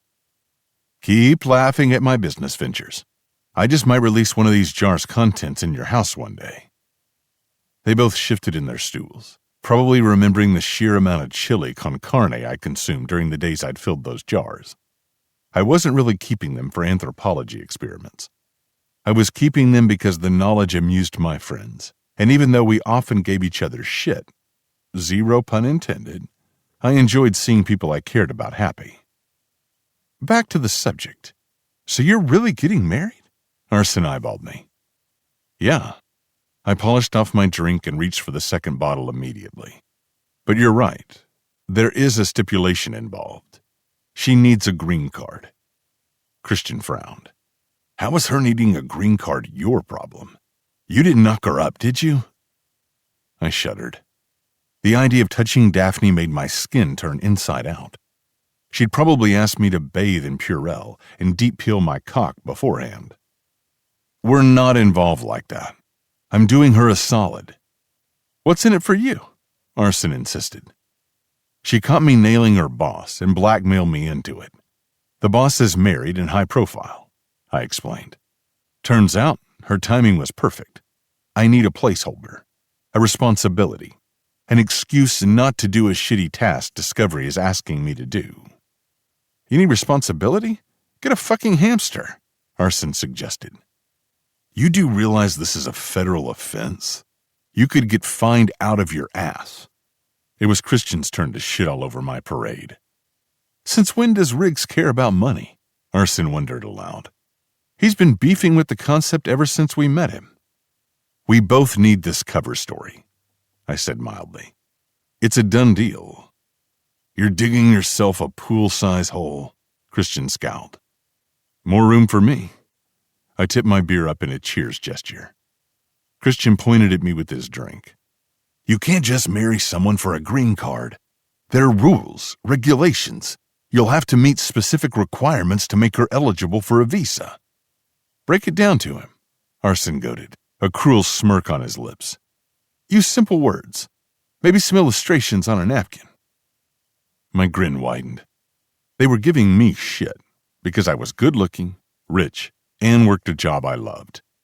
Christian, meanwhile, worked his ass off to support his lifestyle, and Arson did what he did because of deep-seated daddy issues. For one thing, you'll need to live together, Christian explained, and have utility bills with both your names on them. That's not a problem. I shrugged off this piece of news.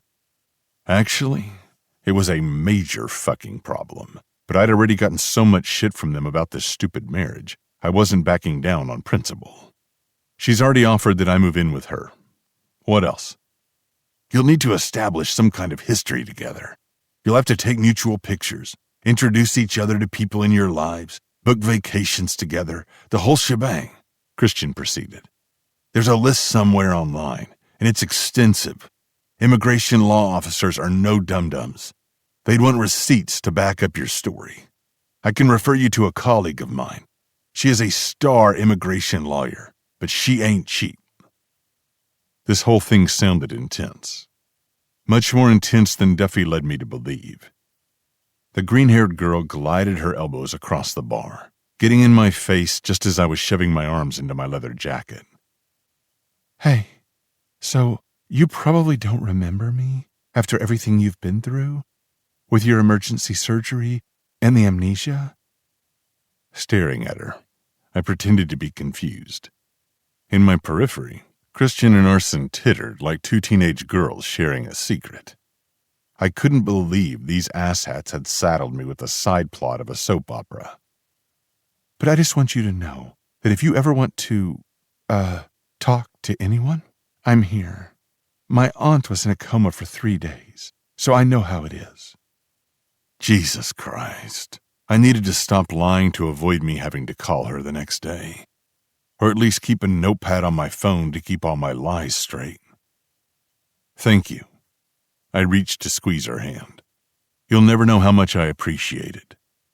I got up, fished out my wallet, and threw a wad of cash onto the counter. I'll see you fuckers around. Aren't you crashing with us today? Christian looked confused. He sounded like the mother I never had. Aria said she'll make your favorite refried rice, but this time you have to remember to take your laundry from the washing machine.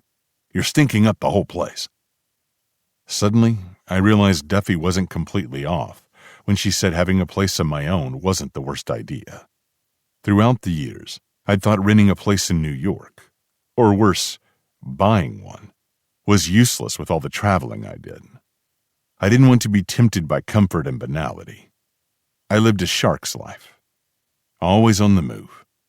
But there was a flip side to being on the go. I was at my friends' mercy, always ping-ponging between them, abiding by their house rules. It almost felt like an extension of my years at the Andrew Dexter Academy. Nah, I shoved my fists into my jacket's pockets. I'll stay at hers. She did offer. Sure you're not mixing business with pleasure? Arson arched an eyebrow. If only they knew Duffy's company was about as pleasurable as shoving your dick into a KitchenAid mixer set to the fastest speed. Positive. Chapter 6. Riggs. My next stop was Duffy's apartment. I got her address from Gretchen's assistant, number 5, Trudy. I got Trudy's number earlier today when she gave me a grand tour of WNT and offered to let me fuck her mouth in the break room. I wasn't going to take Trudy up on her offer. She couldn't have been older than 22. But after being treated like a walking, talking used condom by my future bride, it was a nice balm on my wounded ego. Like a lot of young professionals, Duffy opted to live in a trendy neighborhood, in conditions you could find in a sewer. In New York, unless you were very wealthy, you had to choose between location and comfort. Judging by Duffy's graffitied, smoke-stained building, she'd chosen the former. The place wouldn't have been palatable to a Ninja Turtle, let alone a prissy Brit.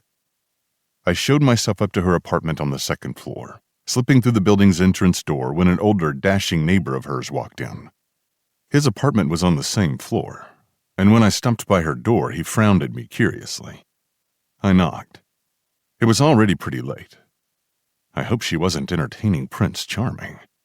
I didn't mind stepping into some action, but it was probably going to suck for him to hear the news while he was inside that human ice cube. Her door swung open, and in front of me stood my future wife, dressed like a medieval prostitute. I'm talking burgundy bodice dress paired with golden elbow-length gloves and an elaborate crown-like braid. And she had a belt with a sword. An honest-to-God belted sword. What in the Game of Thrones shit did I get myself into? Riggs! Her mouth fell open. She looked like she'd seen a ghost. Specifically, of someone she'd murdered with that sword who then came back to haunt her. Is this a bad time? Are you on your way to slay a Lannister? What? How did you find my address? Her delicate brows furrowed. I could tell I was an unwelcome surprise. Too damn bad. We had a lot to unpack, including my backpack and, with it, all my worldly belongings. I strolled past her, inviting myself in. Her place was the size of a porta-potty. This was going to be an issue. For her, not for me. I was used to sleeping in inhumane conditions. Before I answer anything, please confirm the sword attached to your belt is fake. I pointed at her waist. What? This? She yielded the plastic weapon, waving it between us. Faker than Hilaria Baldwin's accent. I don't know who that person is, but I was sure she hadn't invented any important medicine or made a breakthrough at the battle against global warming. Of course you don't. She held the sword like you would a baby, not a weapon. Very good news to my limbs, as I seem to have a knack for getting on her nerves. I wouldn't be so lucky that you'd be well-versed in pop culture. Now tell me how you found my address. Trudy gave it to me. How presumptuous of her. Why didn't you ask me? Because the thought never occurred to me while we were at the WNT offices. I asked her an hour ago. You exchanged numbers with your future wife's colleague? She blinked rapidly. Are you barking mad? I opened my arms wide. Every second marriage in the Western world ends with divorce, Poppins.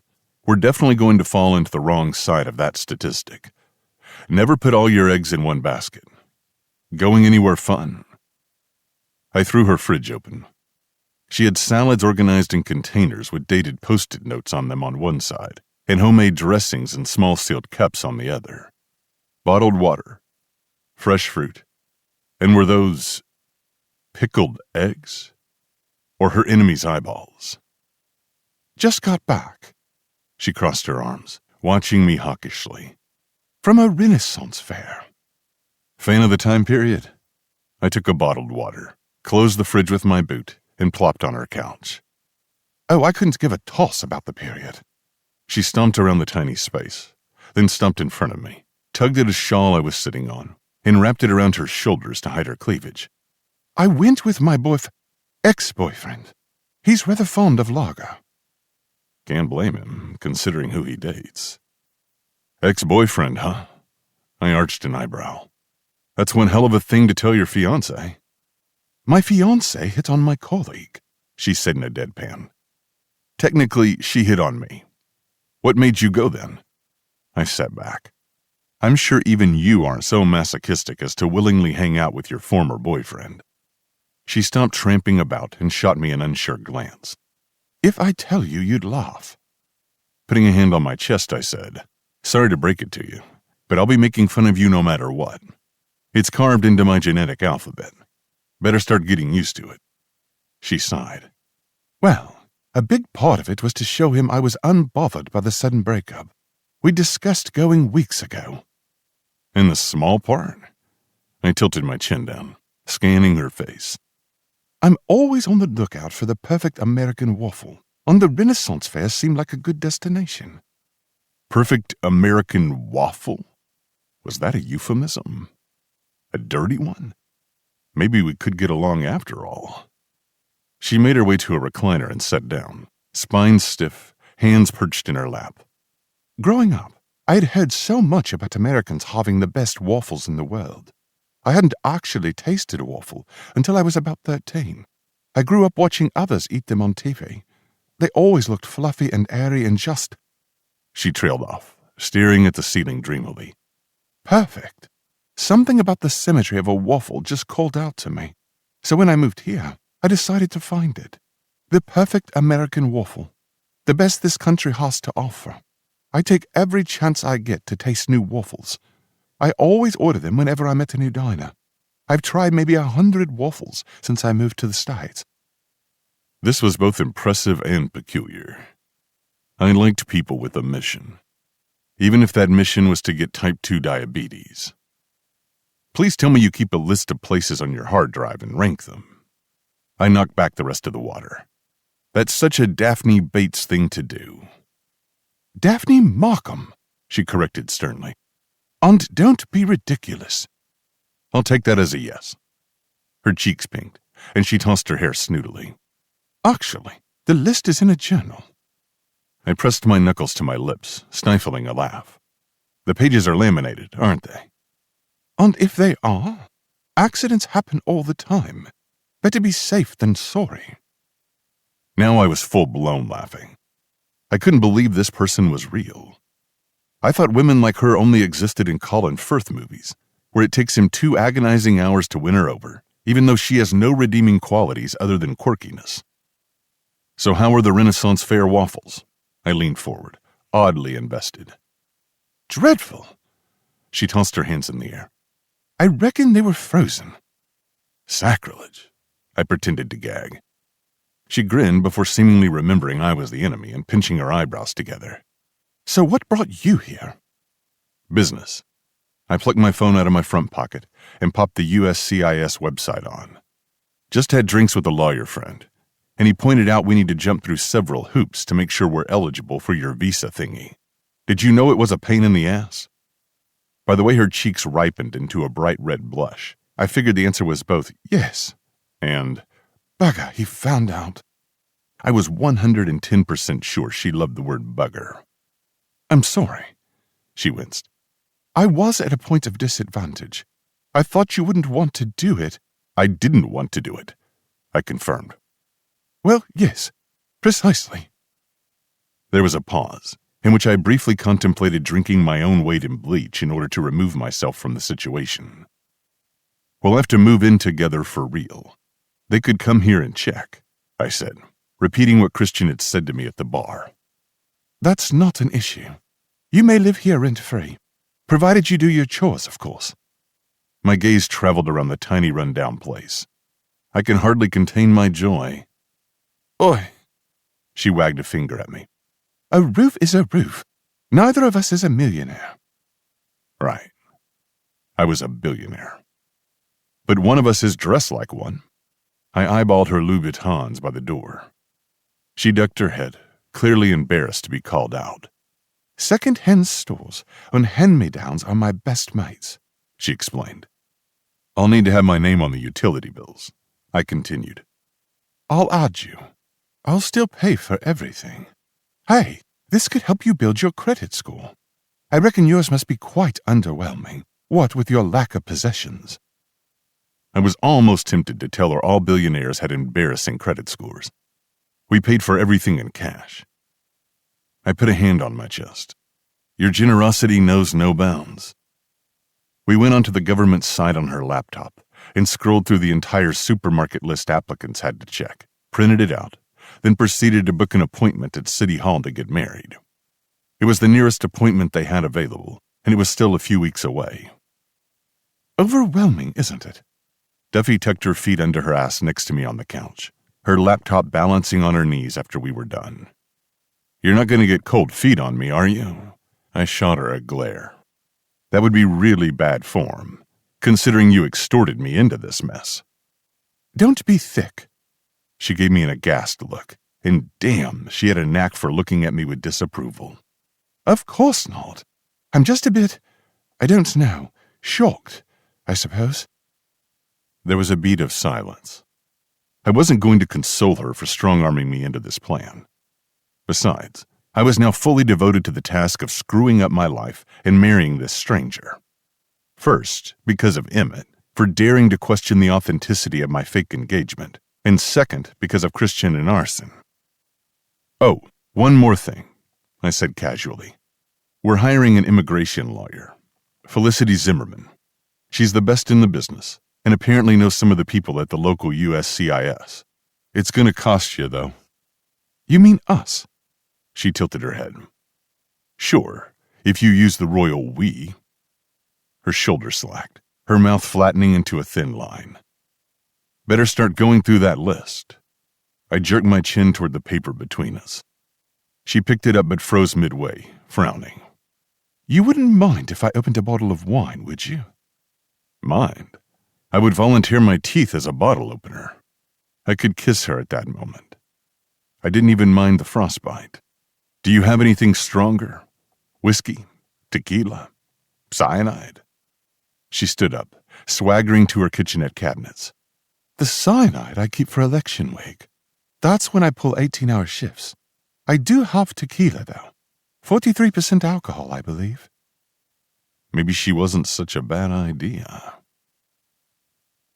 A printed and laminated sheet of our to-do list and 6 shots later, Duffy and I opened a joint bank account online. It asks for your annual salary here, Duffy said apologetically, turning her laptop toward me. I understand if you don't want me to see. Just put the number in and click the next button. I won't look. I took the laptop from her, then downed another shot of tequila and put in my discovery salary, which was laughable by New York standards. I almost forgot. Duffy pretzeled like she was made out of Play-Doh. If you're making less than $23,000 a year, it could pose some issues with your sponsorship. Something about the government wanting you to pay your fair share in taxes to be eligible. You'll have to load your last few tax returns. Considering I paid more taxes last year than the state of North Dakota, I didn't think we had a problem. As a matter of principle, I didn't tell anyone about my wealth. Least of all someone who'd soon be entitled to half my fortune. 23, you say? I'll make it work. Might take me a second or two to find my tax returns, though, so let's leave it blank for now. I returned the laptop to her. She nodded, tucking flyaways from her braid behind her ear. She had nice, small ears. And she smelled good. Not fruity and seductive like the women I stumbled into bed with. More like drywall. I could understand how some men found her attractive.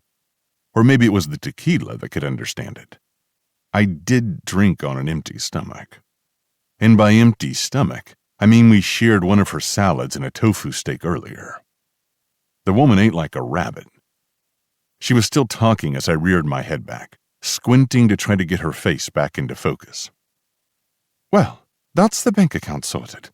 Next we should go to a restaurant or something, somewhere with friends, and take pictures together.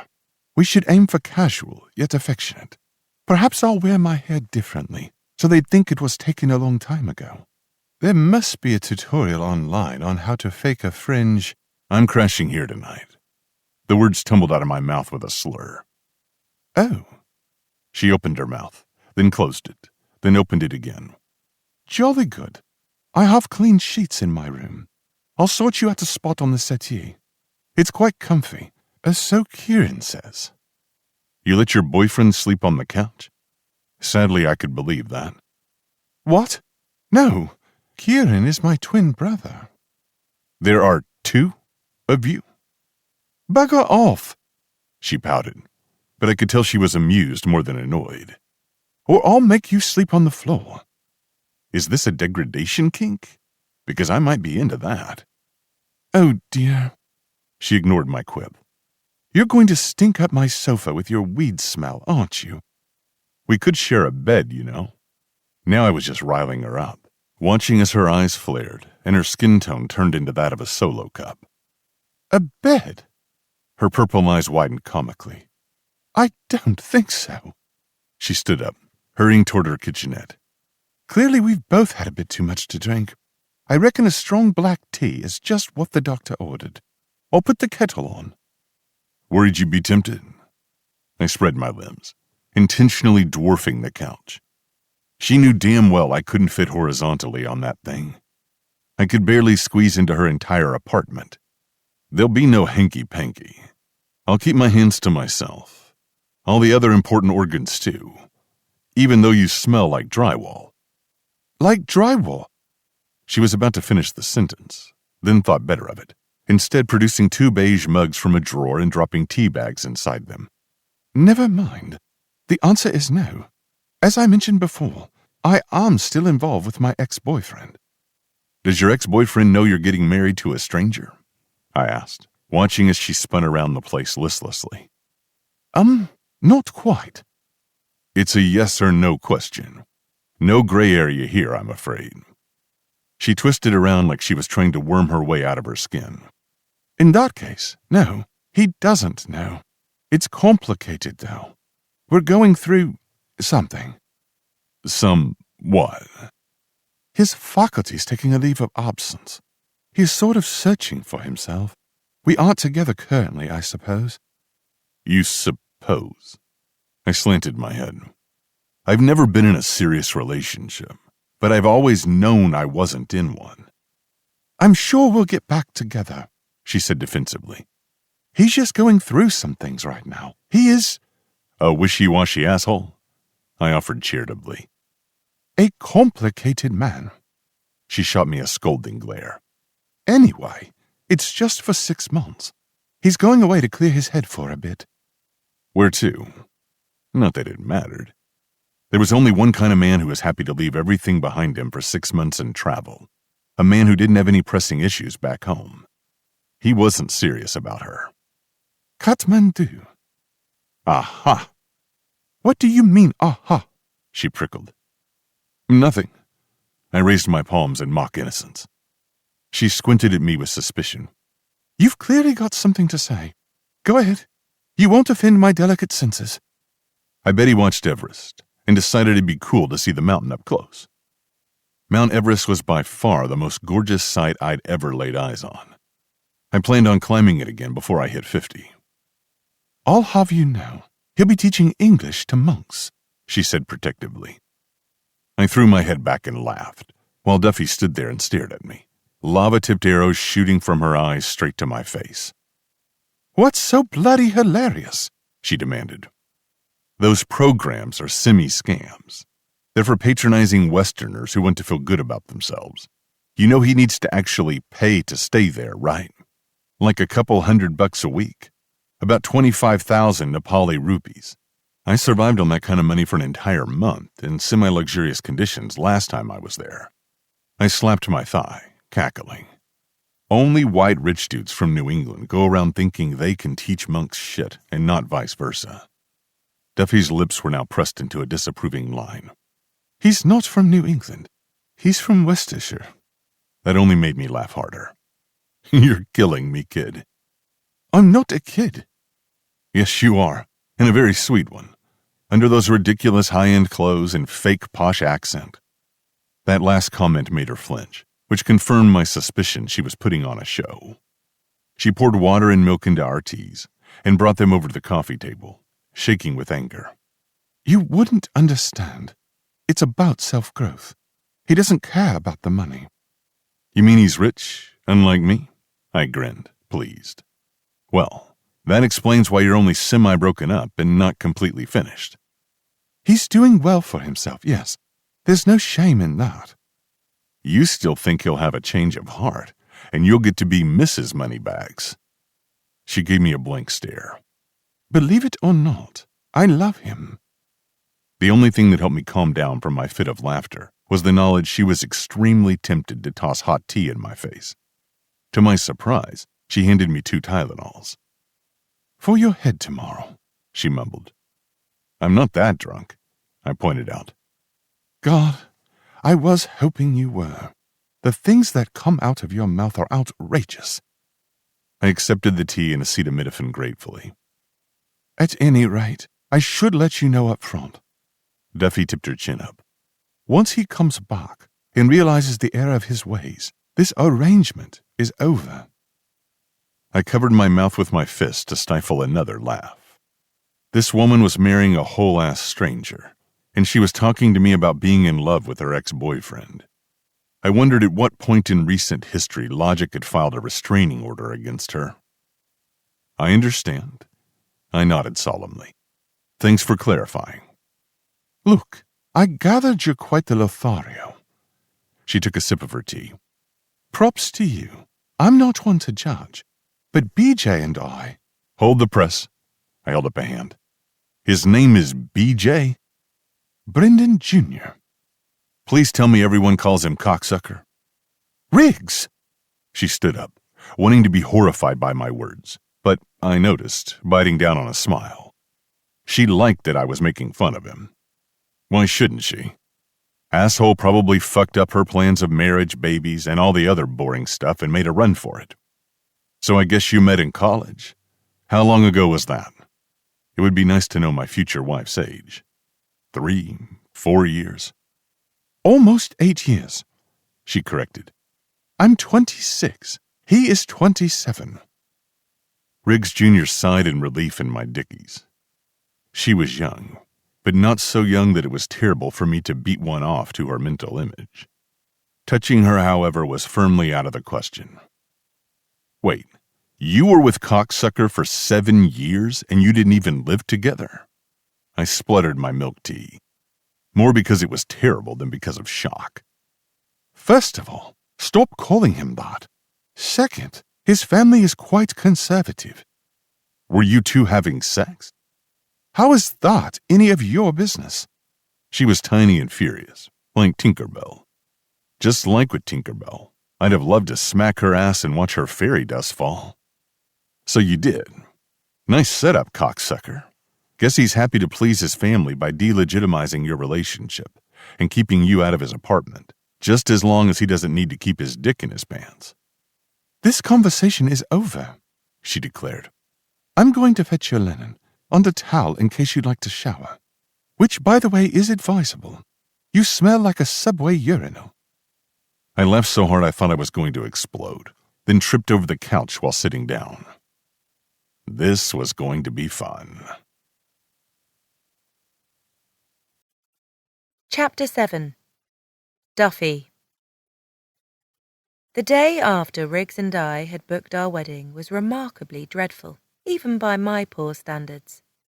The only ray of sunshine was that my neighbour, Charlie, was kind enough to leave me my favourite Starbucks order and a pastry at my door in the morning, accompanied by a scribbled-on napkin. "Saw a strange man entering your apartment yesterday. Just making sure you're good, Angel." I wasn't good. I was the opposite of good. I couldn't wait for the next time he and I went down to the pub so I could unload. Charlie was a fab listener. At work, Gretchen was an absolute nightmare, moaning and whining about everything under the sun, including, ironically, the sun itself. Apparently, she'd been worried about dark spots ever since she'd started her retinol treatment. I wondered if she was privy to my arrangement with Riggs. Not that breaking the news to her was high on my to-do list. I had bigger fish to fry, like telling Mum, Tim, and Kieran I was tying the knot, and possibly slipping my neck into a noose in the process. Don't forget about BJ, though bitterly there was no denying he'd forgotten about me. Speaking of my traitorous ex-boyfriend, he called earlier today to ask if I could give him a lift to the airport. For a reason he refused to share, he had deplorable ratings on both Uber and Lyft. "I refuse to be defined by cold ratings on a stupid app," he had once told me when we discussed his aversion for the app. "I know my worth." That worth, apparently, was less than $100, which was the fare most cab companies asked for a trip to JFK, and BJ refused to pay. The very idea of driving him anywhere was audacious, especially as he'd used our time together at the Renaissance Fair last night, complaining about his mum wanting to sell his Range Rover while he was abroad. She'd promised to buy him a newer model once he was back, but BJ argued there was a backlog due to supply issues and that public transportation gave him a rash. Yes, I knew he was a rich prat. Frankly, that was his entire appeal. His ability to promise me a life full of security, lavish vacations and beautiful houses. Though stabbing him in the eye with my plastic sword had been my preferred response to his whinging, I'd chosen to remind myself that Kate and Wills had also split before the prince realised she was his one true love. Was Kate bitter about it? No. Did she throw a fit? Also no. That's right, she kept it classy. And look at her now, a princess. Which was how I found myself reassuring him that giving him a ride was no problem at all. "When shall I pick you up?" I asked, as I manoeuvred my way among sweaty tourists and Instagram influencers who thought it was appropriate to walk the street in a bikini. "7's fine, I'm going for drinks with Dan beforehand," I heard BJ say on the other side of the line. I took a tiny bit of pleasure in how Riggs had referred to him as an indulgent Western idiot yesterday.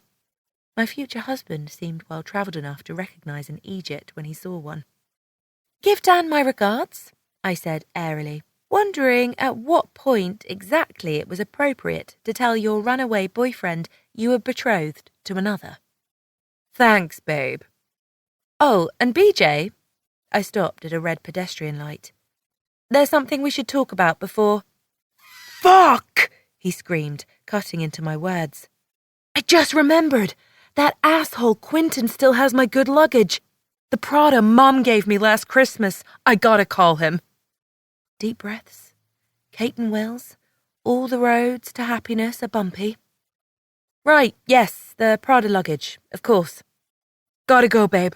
I'll see you at 7. Bye." The light turned green. I charged ahead, ready to rugby tackle anyone in my way. My mobile rang again.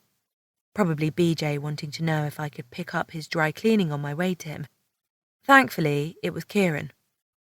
I slid my AirPods into my ears, then swiped the screen and took the video call. Kieran was leaning against the white and blue formica of his fish and chips stand, a fag tucked behind his ear. He looked like an untended-to male version of me, with floppy, overgrown hair and droopy violet eyes and a Joy Division tee that had seen better days, in the 80s. "Lil sis," he cooed. "Stop calling me that. I'm literally 5 minutes younger than you." I continued my march toward my flat, cutting through the stream of human bodies. "You could have been 2 minutes younger than me, but no, you had to be Breach, always so special, Duffy." He grinned at me. I smiled back. Mum still held a grudge against me for sending her for an emergency C-section after she'd had Kieran the way God intended. Apparently, I'd refused to cooperate with her doctor and flipped to a head-down position, which earned me the nickname arsehole in the family. Since I was butt down when the doctor cut Mum's belly open and fished me out, what could I say? I'd been strong-willed since day one. "I have something to tell you." I stopped in front of my building's front door. Riggs was probably inside, and I didn't want to have this conversation with him around. Unfortunately, every minute I was outside was a minute I spent sodden with sweat. Today really was unbearably hot. Kieran pushed off the wall, greeted a client, and served them fish and chips while sighing, "BJ finally popped the question, huh? Took him long enough. Mum was getting worried he wasn't serious about you." Kieran wasn't insensitive, per se. He was just Kieran. Chronologically 26, but mentally a decade younger. Other than co-owning the chippy with Mum's husband, he didn't have one responsible bone in his body. Still, his words hurt. "BJ didn't propose to me." I cleared my throat. "But I am getting married." "Bit confused here. You may want to elaborate." He popped open a bottle of iron brew. "I'm marrying someone else." I licked my lips. averting my gaze to the red brick building in front of me. To stay in the States. Christ, Duffy! Kieran coughed out his drink. To who? A man? Well, that narrows it down, he thundered. Who? When? How? Do we know him? Is he a friend of BJ's? What does it matter? It's not real, is it? I tried to sound pragmatic. He seems like a reliable chap. Very old, chaotic, mature, adventurous, and honestly, I don't think he's going to be around very much. He's a photographer for a nature magazine. What does BJ think about all this? Kieran seemed somewhere between entertained and puzzled. If I was a go-getter, he was a stay-sitter. My antics always amused him. BJ and I are on a break, I informed my brother, proud that my voice didn't crack. He's going to Kathmandu to volunteer at a monastery. Kieran's eyes were so wide and so big they looked like the mouth of a laundry machine. Someone had an interesting 48 hours. That I did. Saturday couldn't roll soon enough. I needed to bury my face in my pillow and cry into Monday morning without interruption. Do you think Mum and Tim are going to kill me? Tim was Mum's husband. Actually, he was much more than that. He was like a father to me. Kill? Kieran brushed his knuckles over his stubble, giving it some thought. Seems a bit drastic, but maybe, take you out of their will or something. Well, don't tell them! My lips are sealed. He pretended to zip his mouth, then threw away the imaginary key behind his shoulder. When are you going to tell them? I'm thinking, never? I winced. It's not like the marriage is real. I could bide my time until I get my green card and pretend this never happened. Dunno. Marriage is noticeable, innit? Kieran poked his lower lip out. Sort of like plastic surgery or death. Not this one. I pushed the entrance door open, starting for my flat. This marriage will be like a tampon. Bloody and uncomfortable.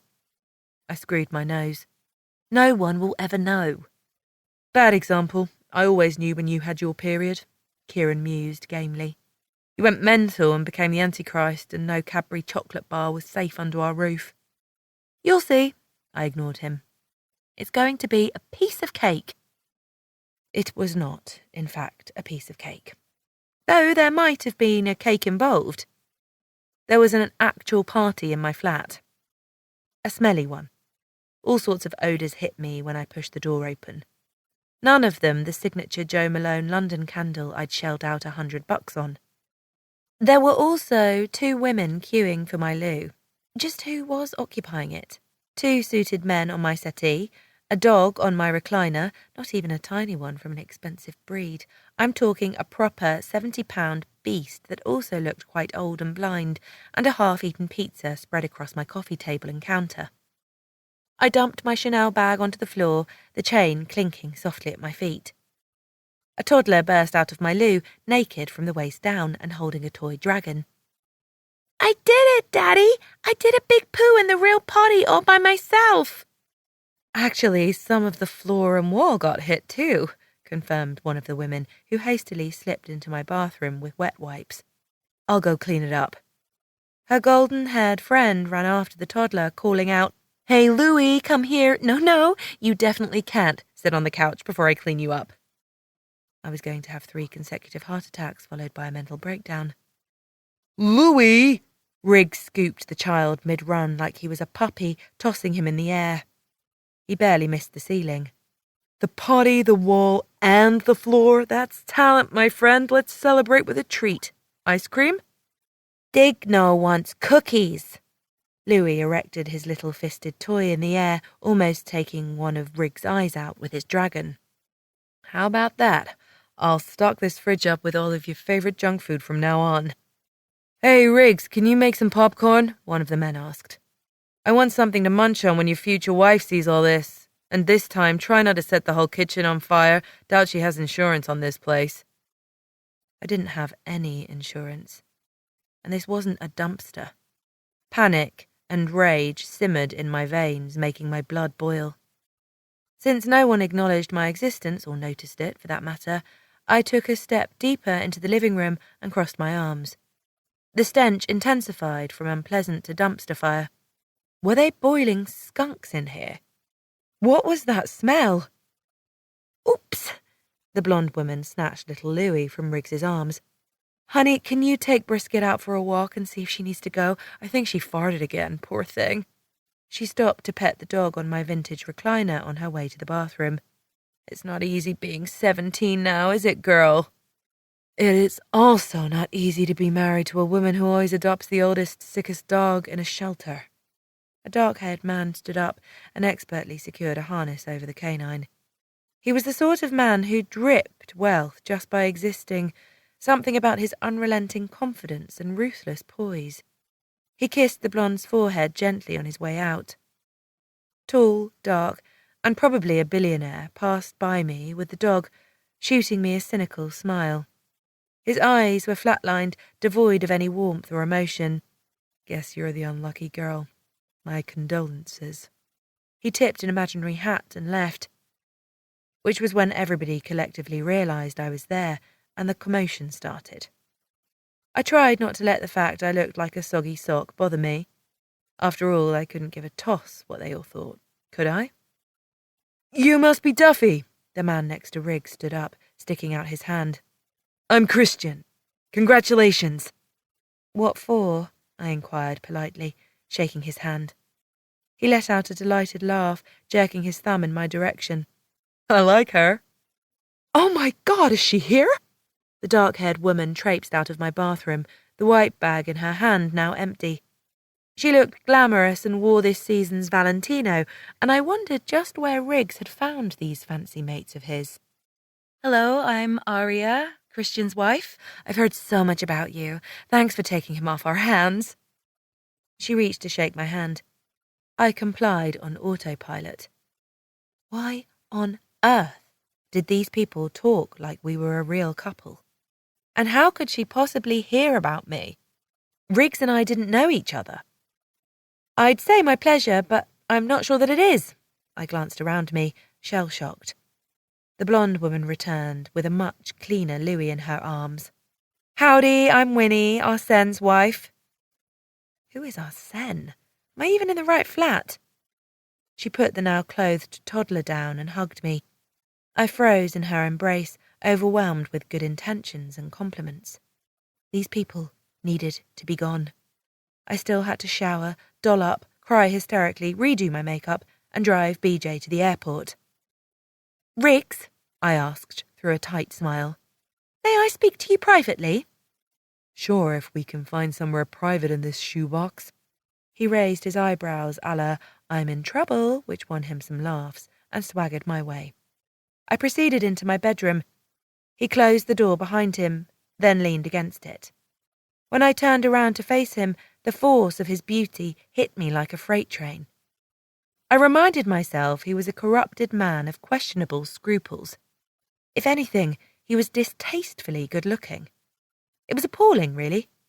I was certain you couldn't look like that and not be a professional knobhead. And he was. He'd had an affair with a married woman.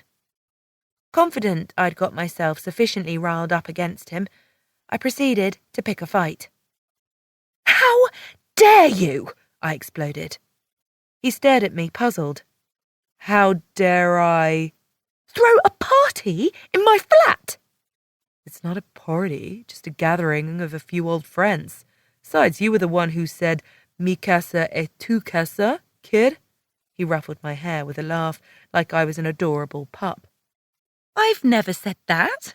I waved my balled fists in his face, frantic with rage. Mi casa will never be tu casa. Tu has no casa. This was what landed both of us in this unfortunate situation. All I said was you could crash on my sofa, rent-free. This place is not designed to entertain. A sceptical smile tickled the corners of his lips. His crate-sized dimples made a guest appearance. My goodness, he was a treat to look at. Maybe not a treat, a full-blown dessert. Perhaps a 5-tier cake. Yeah, that sounded about right. I couldn't recognise myself in my attraction to him. I wasn't the same obsessively ambitious girl who studied her way to a full scholarship at Cambridge so she could buy herself a one-way ticket from poverty through career opportunities and the chance to bag herself a rich husband. With Riggs, I was different. Impulsive. Emotional. Quite frankly, a mess. Why not? Don't worry, I made sure the body bags were tucked all the way behind the frozen meats in the freezer. It's too small, I stomped. I'd never let myself stomp with BJ. It was so unbecoming. Welcome to New York. He spread his arms, where dreams are big and the real estate is minuscule. I'm too tidy for company, I whined. Another first I wasn't used to doing. Tidy is a trait, not a quality. I'm ridding you of bad habits. Thank me later. Well, it's mine, I cried out, ready to throttle him. Tell them to bugger off. I've got to jump in the shower. What for? You already seem pretty wet to me. Oh, you arse! I shoved at his chest. Well, this was a mistake. His pecs were magnificent. I actually felt the individual ridges between them. And I couldn't make him budge an inch. I have to drive BJ to the airport. Shame. My friends really wanted to meet you. He seemed genuine, which was quite disturbing. About that, I frowned. Why are they acting like this is all real? He tipped his head back, laughing. To piss me off, probably. I was the last man standing, see. Then why aren't you? Pissed off? He looked at me funny, like the answer was obvious. Giving someone the emotional reaction they're shooting for means losing, and I'm no loser. Go get showered, Poppins. I'll kick them out. Don't worry about it.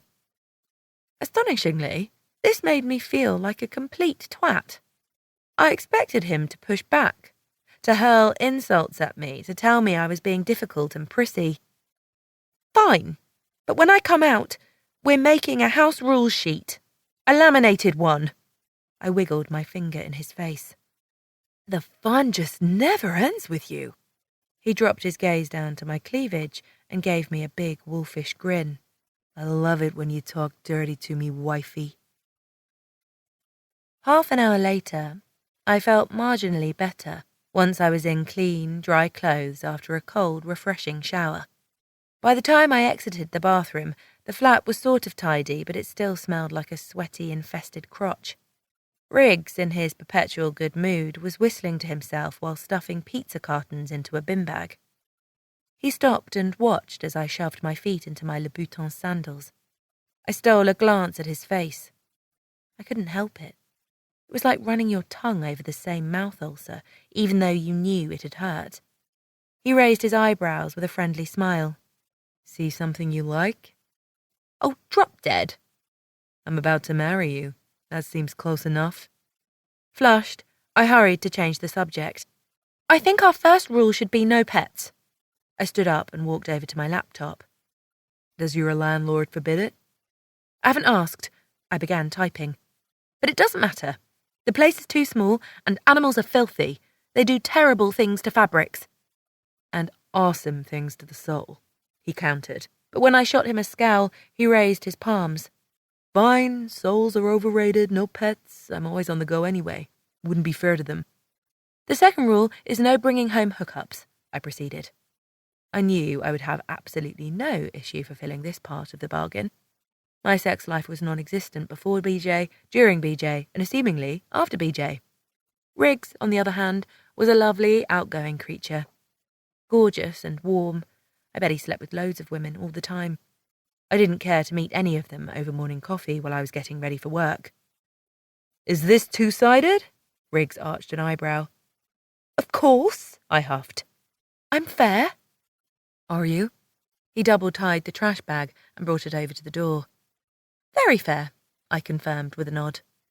Then I have a rule too. What's your rule? No more than 3 rules. He threw his slow, sexy grin behind his shoulder. The one I suspected compelled women to offer him a kidney. That's all you get. Why? I asked, flabbergasted. Because what you need right now is as few rules as possible and to have a whole lot of fun. You're about to be single for 6 months. Live a little. Putting my fingers to my wrist, I pretended to examine my pulse.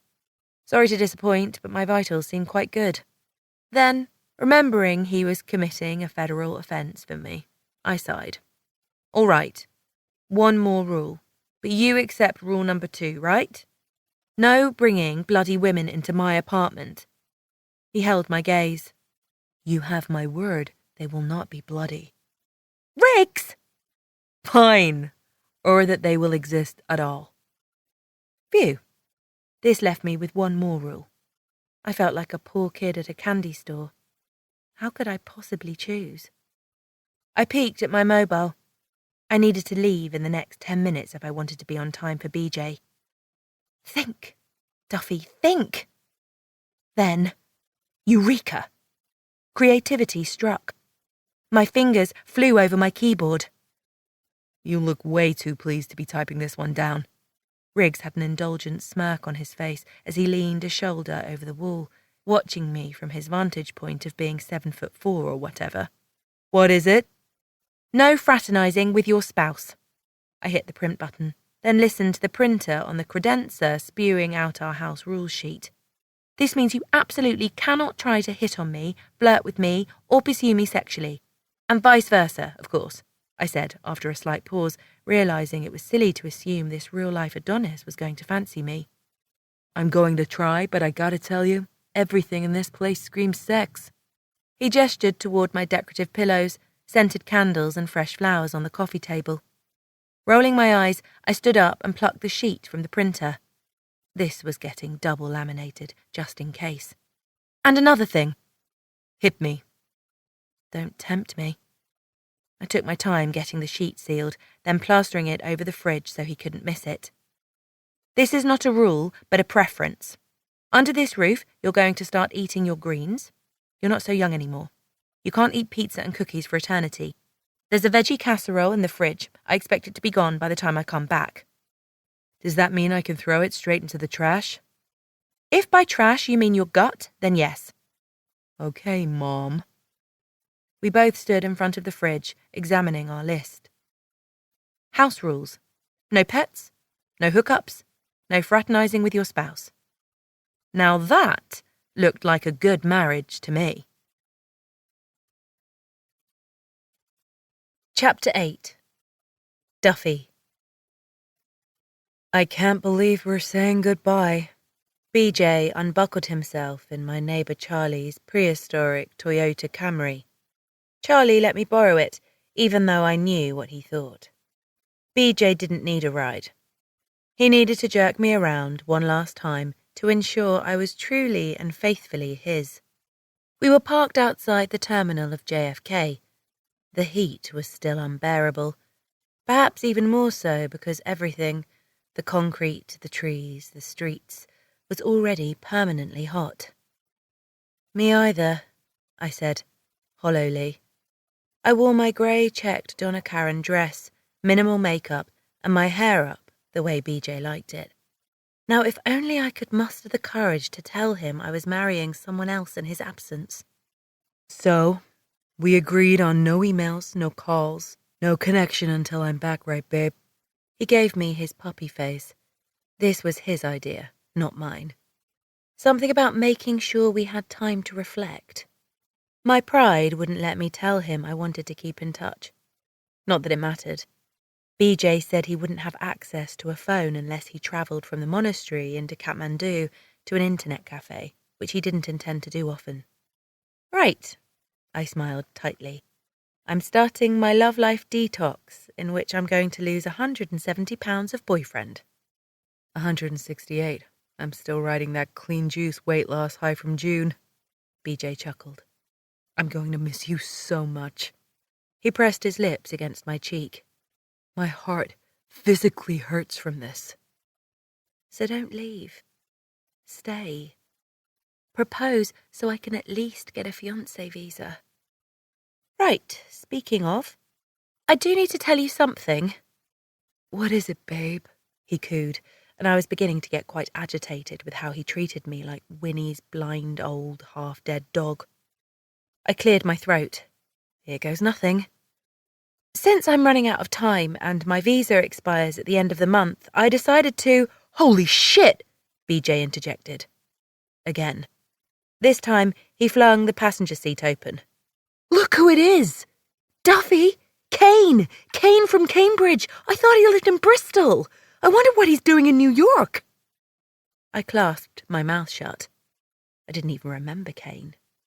Nor did I care to. BJ, wait! You think he works in the city now? I gotta catch up with the guy. I'm gonna call after I pass TSA, okay? Thanks for the ride! He leaned in to kiss me quickly, palming my cheeks and pressing his forehead to mine. Love you to the moon and back. We'll get through this. Mwah! I sat in the car, watching BJ dragging his luggage from the boot and hurrying toward a man I now vaguely recognised as someone from the rowing team.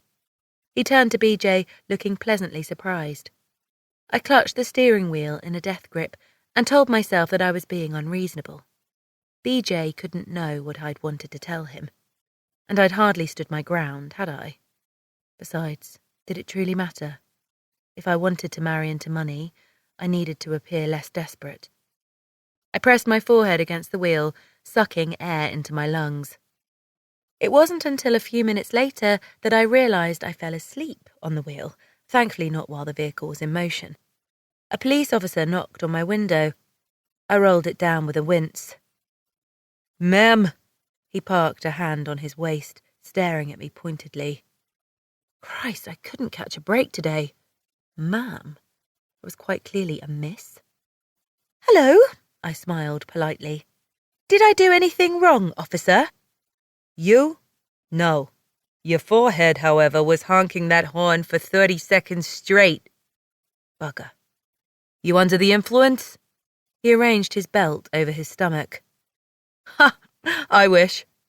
The joke did not land as well as I thought it would, as his face remained stoic. Sorry, it sounded funnier in my head. I just dropped my boyfriend off. He's going away for 6 months. I'm quite distressed about the whole thing. Sleep's not in the cards for me these days, you see, so— He held his palm up. I asked if you had a drink, not for your life story. Right, yes. No, I'm completely sober, but I am going to rectify the situation as soon as I return to my flat. Drive safe and straight home. He didn't have to ask me twice. There was a half-empty bottle of a cheap tequila with my name on it. When I came back to the flat, I found my future husband's head stuck in a sink full of water and ice. I should specify that the head was completely attached to the rest of his body, which made the scene a lot less gory than it could have been, but still quite odd. Please tell me it's not a cult ritual of sorts, I mumbled, trudging inside. He jerked his head back and shook the water off like a dog. Fuck. His face was the shade of an ice cube, and still he was infuriatingly handsome. Christ, Riggs! Without thinking, I hurried to the bathroom, grabbed my robe, and returned to wrap it around his head. He may have been morally corrupt, but he was still my ticket to a green card. I needed him alive. What were you thinking? I'm thinking you're cutting off my oxygen supply, wrapping this thing around me? How did it go? He shook the robe off, allowing me to lead him to the settee, where I threw a duvet across his massive body. Brilliant! A smashing success. I sat next to him, tucking the duvet behind his back on both sides, like he was a human burrito. Why was your head in ice water? You could have gotten hypothermia. He leaned back, screwing his fingers into his eye sockets. Headache. And your first reaction wasn't to reach for the Tylenol, but to my freezer. It's a trick a Greek physician taught me. He peeled the duvet off him. The imprint of his abs was visible through his Henley. I get them often. Migraines. Well, an English newswoman recommends some ibuprofen. I stood up and went to the kitchen to retrieve a bottle of water. My special recipe is 3 pills. I handed everything to him. He raised the pills in the air in a salute motion before knocking them back. Compliments to the chef. Stay hydrated, I urged him. Yes, Mom. He'd been saying that a lot. The mum thing. This was my cue to go to my bedroom and cry into my pillow, hugging the tequila bottle I'd been fantasizing about the entire journey back. But I decided to stand in my living room instead. I didn't want to be alone with my thoughts right now. And surely he'd ask me about Brendan. Riggs didn't disappoint. So, now that cocksucker's gone, are you guys over? His name is BJ, I said icily, as if the question itself was invasive and prodding. And as I said, we're just on a break. A very long break. Time is relative. Relatives are time suckers, he fired back. Suckers can sometimes be relatives, I managed, playing his stupid word game. But sucking relatives is a big fat no-no, Riggs grinned. All right, you win. I cannot possibly top that. We both stared at each other before exploding into hysterical laughter. To be fair, I was quite sure I was laughing from exhaustion, overwhelmed by my impending marriage and runaway boyfriend and complicated employment situation. Is Nepal nice? I asked on a sigh. Do you think he'll have a good time there? I wanted the answer to be no. For Riggs to tell me Nepal would be awful and BJ would run back home before his jet lag was over. Nepal is stunning. Riggs had the good manners to smile ruefully at me. Fascinating culture, great food, rich history, and the views are some of the best I've seen. He must have noticed my crestfallen face because he added, And I don't think cocksucker can appreciate any of those things, so I wouldn't worry too much about it. He is going to hate the lack of Starbucks. I barked out a laugh. He did say his favourite city is Vegas. Riggs gagged. Vegas isn't even a city. It's a never-ending main street full of drunks and people looking to make a buck. We stayed like this for 10 more minutes, talking about Vegas and cities and holiday destinations until I felt better, like I could handle being alone in my room. Good night, then, I said finally. Riggs smiled. He always smiled. Night, Poppins. Chapter 9. Riggs. 2 days after Cocksucker fled the country, my future wife informed me that she'd booked us an appointment with a family lawyer. What do we need a family lawyer for? I asked, cleaning my photography equipment on our coffee table. I used a rocket blower to remove dust from the lens. We're not even married yet. Even I think getting a divorce is a little premature. She was running like a headless chicken around the apartment, scrubbing every surface 5 times. To sign our prenuptial agreement, of course. Duffy smiled apologetically, her cheeks turning pink. Please don't take this to heart, and I say that with no prejudice at all, but I assume you and I aren't in the same financial situation. I put my camera down, turning my full attention to her. No, I agreed. I can guarantee that you and I aren't in the same economic group. She rocked on her heels, her expression awash with relief. Which is fine. Money's not an incentive for you. It isn't, I confirmed. And you're a gold digger. If you want to call it that. She hitched a shoulder up. I worked quite hard for my savings. How much savings are we talking about exactly? I cut through what I imagined was a prepared, ruthlessly boring speech. She hesitated, then finally swallowed. I have $25,000 in savings, give or take. I whistled low. And you said you couldn't pay me for the visa. Oh, but I couldn't. Her mouth went slack with horror. Some of it is tied up in bonds, the rest in stock. And this place is horrifyingly expensive. My parents are skint, and even if they weren't, I would never ask them for a penny. I still have to find a new job, and... I raised my hand to stop her. Calm down. I don't want your money. Her shoulders relaxed, and she propped the broom against her counter. Cheers. But I'm not going to sign the prenup either. I deadpanned. If there was logic behind my decision, I couldn't find it. In fact, I knew that if Christian and Arson found out that I was marrying this girl without an ironclad prenup, they'd kill me themselves, making her the sole beneficiary of everything I owned. What they wouldn't understand was that in order to sign a prenup with Duffy, I'd need to declare my funds and possessions, and I didn't want her to know I was rich. She'd try to become my girlfriend for real, maybe even my wife, and there was nothing I wanted less than more Daphne Markham in my life. Especially since she'd actually be my wife, Yes, Duffy and I had had one amusing conversation the night she dropped cocksucker off at the airport. Was his ass too precious to get a taxi like the rest of humanity? But other than that, all evidence pointed toward the woman trying to marry her way up. "You won't?" she asked, picking up the broom again and sweeping ardently. "Why?" "Because." I angled my camera sideways, using a lens pen to remove residual dust. A relationship should be built on trust.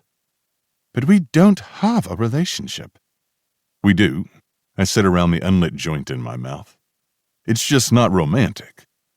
"I don't think I could ever trust you." "Don't marry me then." "Bloody hell, you know I must." She made a face and swept harder while staring at the floor like Cinderella. "You're not going to ask for half my money, right? I really can't afford. I mean, even if BJ did ask me to marry him afterward." Unbelievable. She was still banging that old drum, even after everything he'd done to her. He'd flown to the other side of the motherfucking world when she needed him the most. How money-obsessed was this chick? "No prenup," I maintained, resolute. "This is our trust fall. You have to trust me, and I have to trust you." "Trust me with what?" she cried out. "You don't even own an iPad." There's more to life than money. Even though I lived by this motto, I also knew it was a provocative thing to tell a working-class go-getter. I sounded like those Zen Bitcoin billionaires who thought they were spiritual because they grew a beard and did goat yoga on Pfeiffer Beach. Duffy tucked the broom into her storage space. "If that's the case, then tell me what you gain from marrying me. Yes, you said you want to stay in New York for your job, but why don't you want to do this task you're dreading?" "If I tell you, would you drop the prenup discussion?" I sighed. She hesitated before nodding. "Alaska," I said. "Pardon?" She frowned. "Alaska. My boss wanted me to move there for 8 months for this documentary project. I don't like Alaska. Well, I've never been, but I never planned to either. Apparently the only reason he insisted on my going was because I'm not tied down to New York. No family, no partner. I needed a responsibility." "Why do you hate Alaska so much?" "That's another story, for a much drunker time." She stared at me wordlessly, and for the first time in my life, in my entire years of goddamn living, I felt genuinely seen. It was exhilarating and terrifying and, above all, fucking weird. I filled the silence with more words. "The drawback is, I'm supposed to stick around here for a few months. I've never done that before." "You've never stayed in the same place for a few months at a time?" she asked from the other side of the room. "Never." "Why?" Another story, for another drunken time. "Do you drink to tackle uncomfortable situations often?" She frowned in concern. "I'm not an alcoholic," I clarified. "An alcoholic usually doesn't admit to being one," she pointed out. "At any rate, I'm the same. I love a good drink. And I also love a not-so-good one, if I'm in a bad mood." "You might be able to hold a drink in." I rose up to my feet and picked up my jacket and wallet. "But I'm an actual expert. It took years of unaddressed emotional instability, daddy and mommy issues, and deep denial to get to where I am today." I patted my torso. "You're not the sole proprietor of being damaged," Duffy said with a sad smile. "I'll have you know, I drink my problems away too. 'Tis the English way." Speaking of English, her throaty voice and sexy accent were doing weird things to my libido. I think they'd reverted it back to my adolescent years, because the only thing I could think of around her was sex. "Yeah, well, bet I can outdrink you with one liver tied behind my back." I shouldered into my jacket. "Rubbish," she bellowed. "I can drink you under the table." "I can drink and eat you under the table." I paused, realizing it didn't sound good. Or, more accurately, it sounded very good, but by the way her skin turned crimson, Duffy didn't want my mouth anywhere near her Bermuda Triangle. "Not that. I never do that." I cleared my throat. Shit. Now I couldn't unsee the mental image of me going down on her, slurping her juices like they were a sundae. I meant in terms of food. Food, yes. I love food. She grabbed her broom for the millionth time, still sweeping the same spot. Do you like food too? You must, I suppose. You're quite the big guy, she faltered. I'm glad the eyeful at Gretchen's impressed you. Not big like that. She was pale with horror now. And of course I haven't peeked. I mean, I don't doubt that you are. Everything else about you is, well... I cocked one eyebrow, daring her to continue. She moaned, slapping her hands over her eyes. This was painful, and awkward, and hilarious. Everything we said sounded sexual. What I meant was your height and width. She pantomimed with her hands. Dear God, I feel like I've just taken my mouth on a test drive, and I can't find the brakes on the thing. Just pull the handbrake, I said with a laugh. Her eyes dropped to my crotch. Not that handbrake, Duffy. Oh, bugger, she moaned, dragging her hands over her face. Who even am I? I couldn't believe this conversation had started with a prenup. I could also believe she was capable of being fun if she just abandoned her 6-ton reservations and prim and proper lady act at the door. I'm gonna go now. I pointed at the door, like there was any doubt I would leave through there and not, I don't know, the fucking window. Sure, right. Marvelous idea, she chirped. Have a good day. I mean, she glanced at her watch. Afternoon, I guess. It's my last day at WNT tomorrow. I need to prepare, and there's no redemption for me in this conversation. Anyway, so, no prenup. No prenup. She made a Scout's Honor sign with her fingers. But no taking my money either. I'll try to resist temptation. Are you coming to see Mrs. Zimmerman with me? She meant the lawyer Christian recommended to us. Yeah, of course. We're in this together. Right, right. We stood like this for a few more seconds. Leave, you idiot. Did you forget how to use your feet? They climbed mountains for you. Finally, I turned around and padded to the door. Practically ran to the stairway. When I got to the first floor, I heard a door open. Duffy burst out, gripping the banisters and peering down at me. Riggs, wait! I looked up. Her face was the color of bubblegum. I was feeling funny, too, in a way I couldn't describe. You forgot your mobile. She reached down to hand it to me. Our fingers brushed for a nanosecond. It was brief, but enough for me to feel how velvety and soft her skin was. Was she like that all over? I'd never find out. Thanks. Sure. But she didn't leave the stairway, and neither did I. Not until her phone rang from inside the apartment. What the fuck was going on with me today? Chapter 10. Riggs. Emmett. How's Desiree doing? Riggs. Dessert who? Emmett. Your fiancé? Riggs. Oh yeah, her. Never better. Emmett. You know I'll sue if you're lying. Riggs. Can you hear it? Emmett. Hear what? Riggs. My ball's shaking. I'm so scared. Emmett. I'll need to see that marriage certificate at some point, Bates.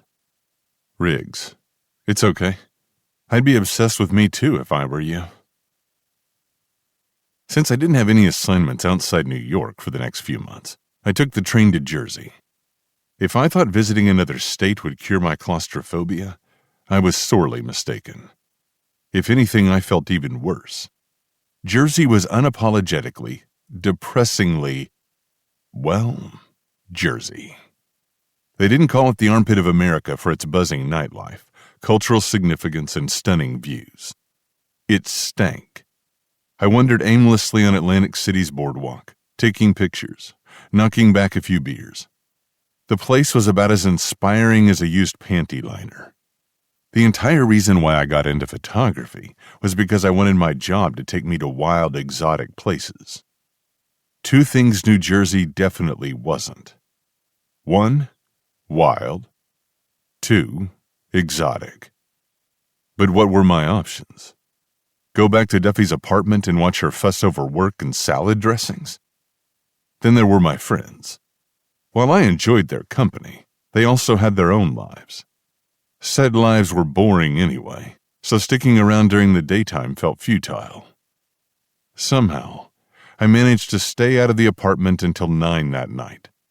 By the time I went up the flight of stairs, I was sure Duffy was past her organic healthy dinner, either working on her laptop in her room or hitting one of those late-night soul cycle classes she was fond of. I was about to slide the key into the keyhole when the door next to hers opened, and a man in his late 50s emerged, a manila folder tucked under his arm. It was the man who'd opened the building's door when I'd ambushed my fiancée the other day. Intense asshole guy. He wore a 70s-style tweed jacket and a baseball cap and was about my height. A hobo GQ type. He took one look at me and groaned. "You again. Tell me Duffy hasn't moved in with her rebound." "Duffy hasn't moved in with her rebound," I said deadpan, as I unlocked the door. "She moved in with the love of her life." Hey, why the fuck not? We needed to make this thing believable in case the government came knocking on this guy's door. Plus, I knew Poppins would be horrified if she found that I'd said those things to her neighbor, and the banter alone was going to be the highlight of my day. Love of her life? The man rubbed the back of his ball cap. She just broke up with her boyfriend. Plus, you're definitely not her type. Was this guy competing for the Nosy Bastard Award? Are you writing her autobiography? I pushed the door open with my shoulder. Actually, don't answer that. I'm going to respect her privacy and let her fill you in if she feels like it.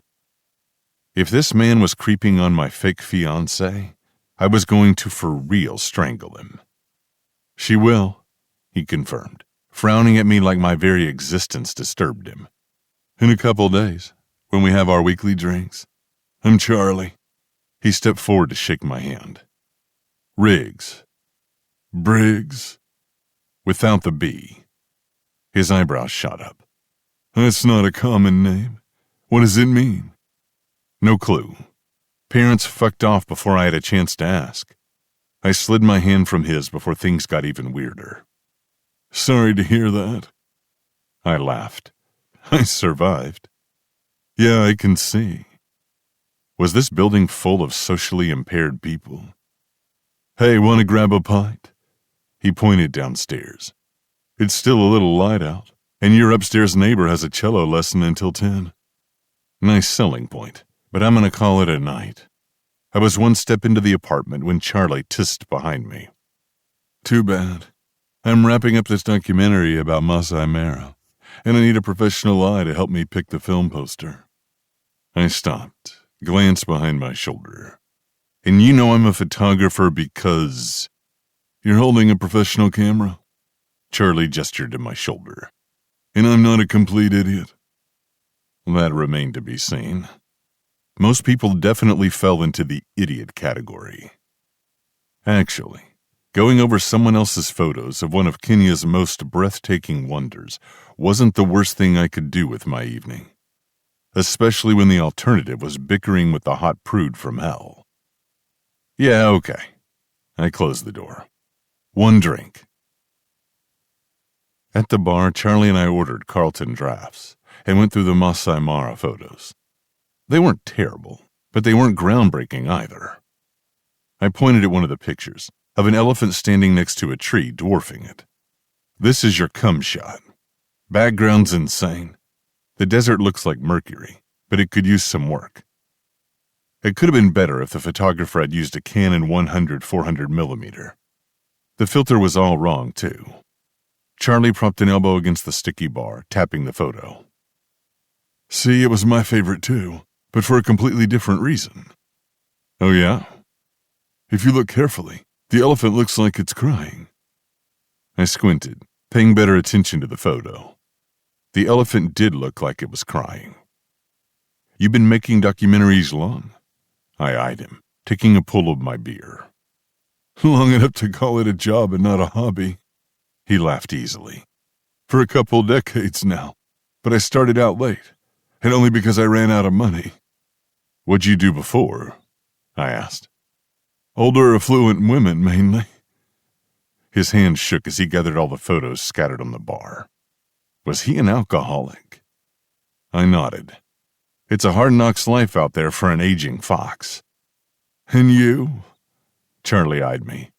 "You been a photographer long?" "Since I graduated from boarding school."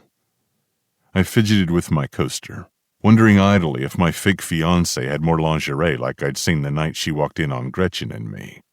I knew academia wasn't for me, and wanted to see as much of the world in the least amount of time. We never know when we'll drop dead, right? "If we're lucky, we don't."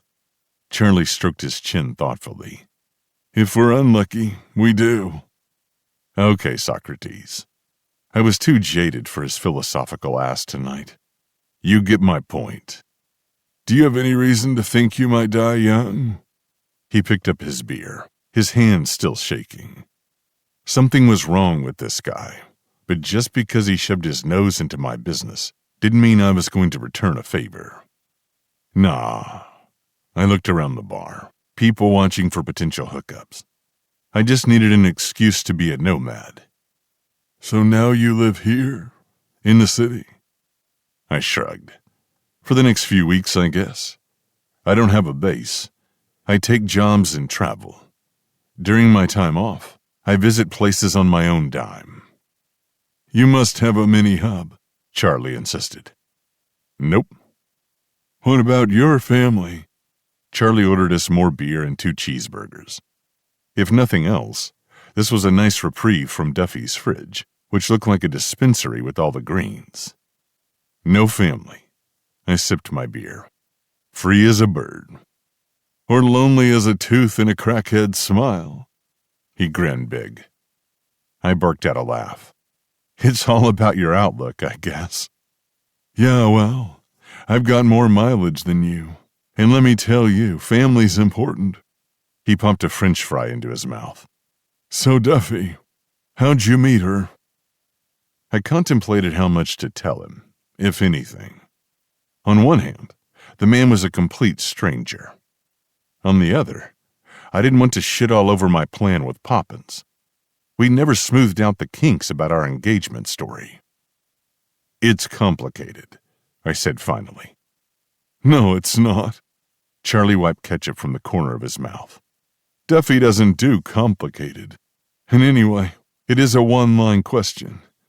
Coffee shop, club, work, Tinder." "Yeah, definitely not Tinder." I gave him a once-over. "You seem to know her well."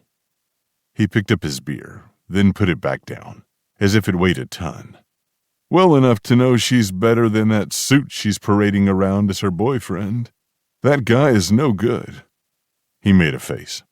"Where is that mouth breather anyway? Did she really break up with him?" "Nepal," I answered, oddly interested to hear more tidbits about cocksucker.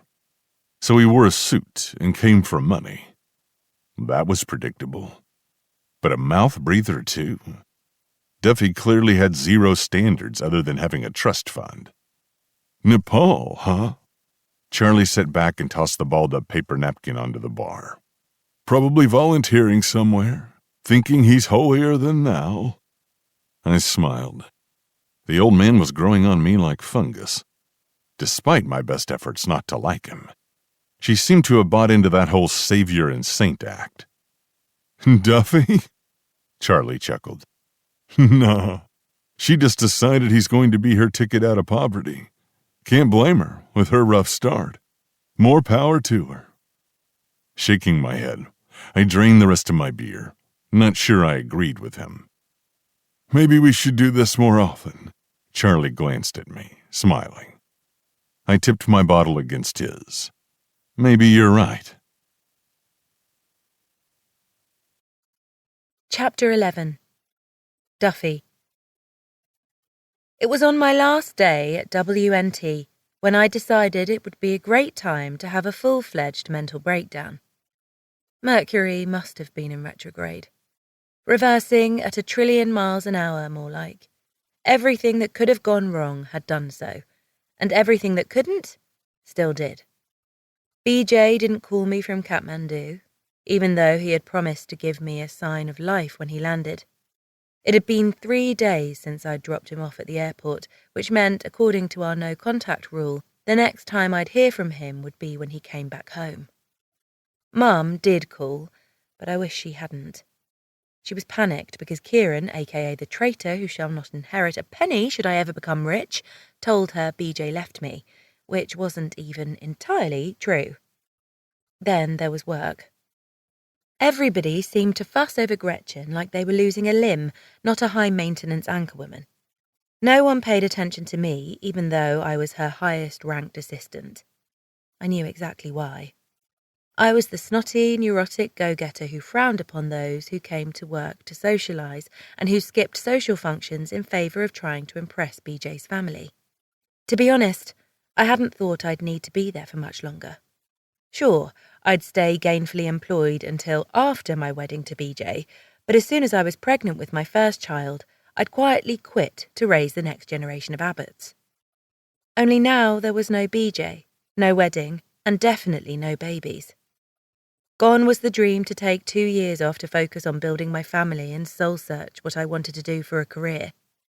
Meanwhile, Gretchen's office overflowed with flowers, chocolates, and fluffy teddy bears, to the point I had to start carrying them out and giving them away to randoms outside the building. I marched several times in and out of her office, removing chocolate and fruit baskets. Gretchen explained that she hated the pollen and flowers and loathed having sweets around her because she was doing keto. She sat at her desk with the air of a saint who'd just been appointed by the Pope, receiving visitors. You'd think she herself was going to be the President of the United States, not just his mouthpiece.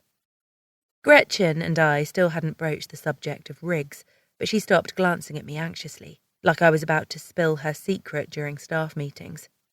From this, I deducted she knew that Riggs and I had entered into an arrangement of sorts, and felt confident I'd keep my mouth shut. Which could explain why she'd gone back to treating me like I was a piece of gum that was stuck onto her Jimmy Choos. I wondered if Gretchen and Riggs had slept together since I caught them red-handed. Not that it mattered. As it turned out, I got my answer anyway. It was on my 5th run to her office. I opened her door, then stopped abruptly. Riggs was in the room, sprawled on the edge of her desk lazily. My heart dropped to my knickers, which, unfortunately, were already dampening at the sight of him. He wore cargo pants, an asymmetrical smirk, and an army-hued Henley that clung to each of his muscles like a Harry Styles fangirl. It felt weird, seeing him not in the confines of my flat, a wild, wanton thing. Gretchen had her hand on his arm. They stood close. Too close to not be sleeping together anymore, and I couldn't help but remember how they were fused together as he shagged her raw against her wall, how his arse muscles contracted with each thrust, the hedonistic, sensual look on his face as he tipped his head back, displaying his square jaw. Stop this right now. Think about something else. Something sad. BJ being a terrible boyfriend. Poverty. Climate change. J-Lo taking Ben Affleck's name like it wasn't 2022. I didn't know why, but Riggs was the straw that broke the camel's back. Come on! The woman was married! How many men did she need? Didn't she know that there was a shortage? For every 100 women in the US, there were only 97.95 males. This was pure greed. Attractive men weren't a hot dog eating contest.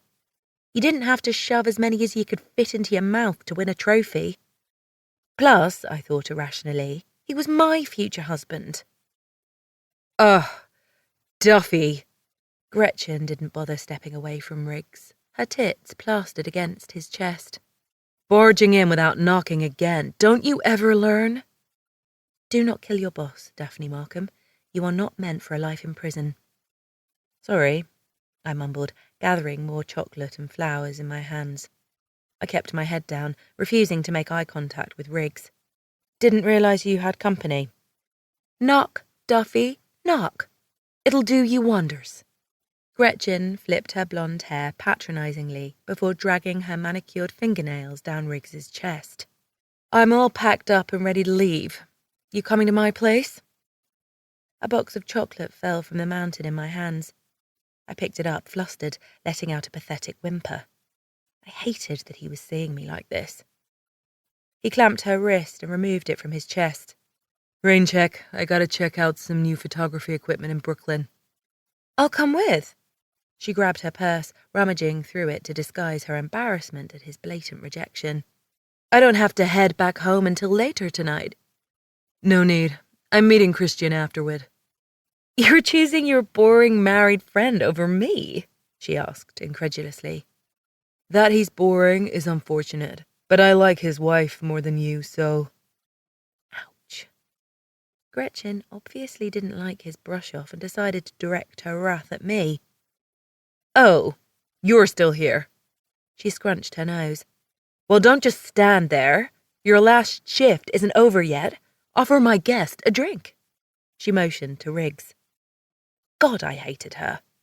But not enough to cock up my future job prospects by giving her the golden opportunity not to write me a glowing reference letter. Would you like something to drink, Riggs? I asked as blandly as possible, balancing her farewell gifts in my arms.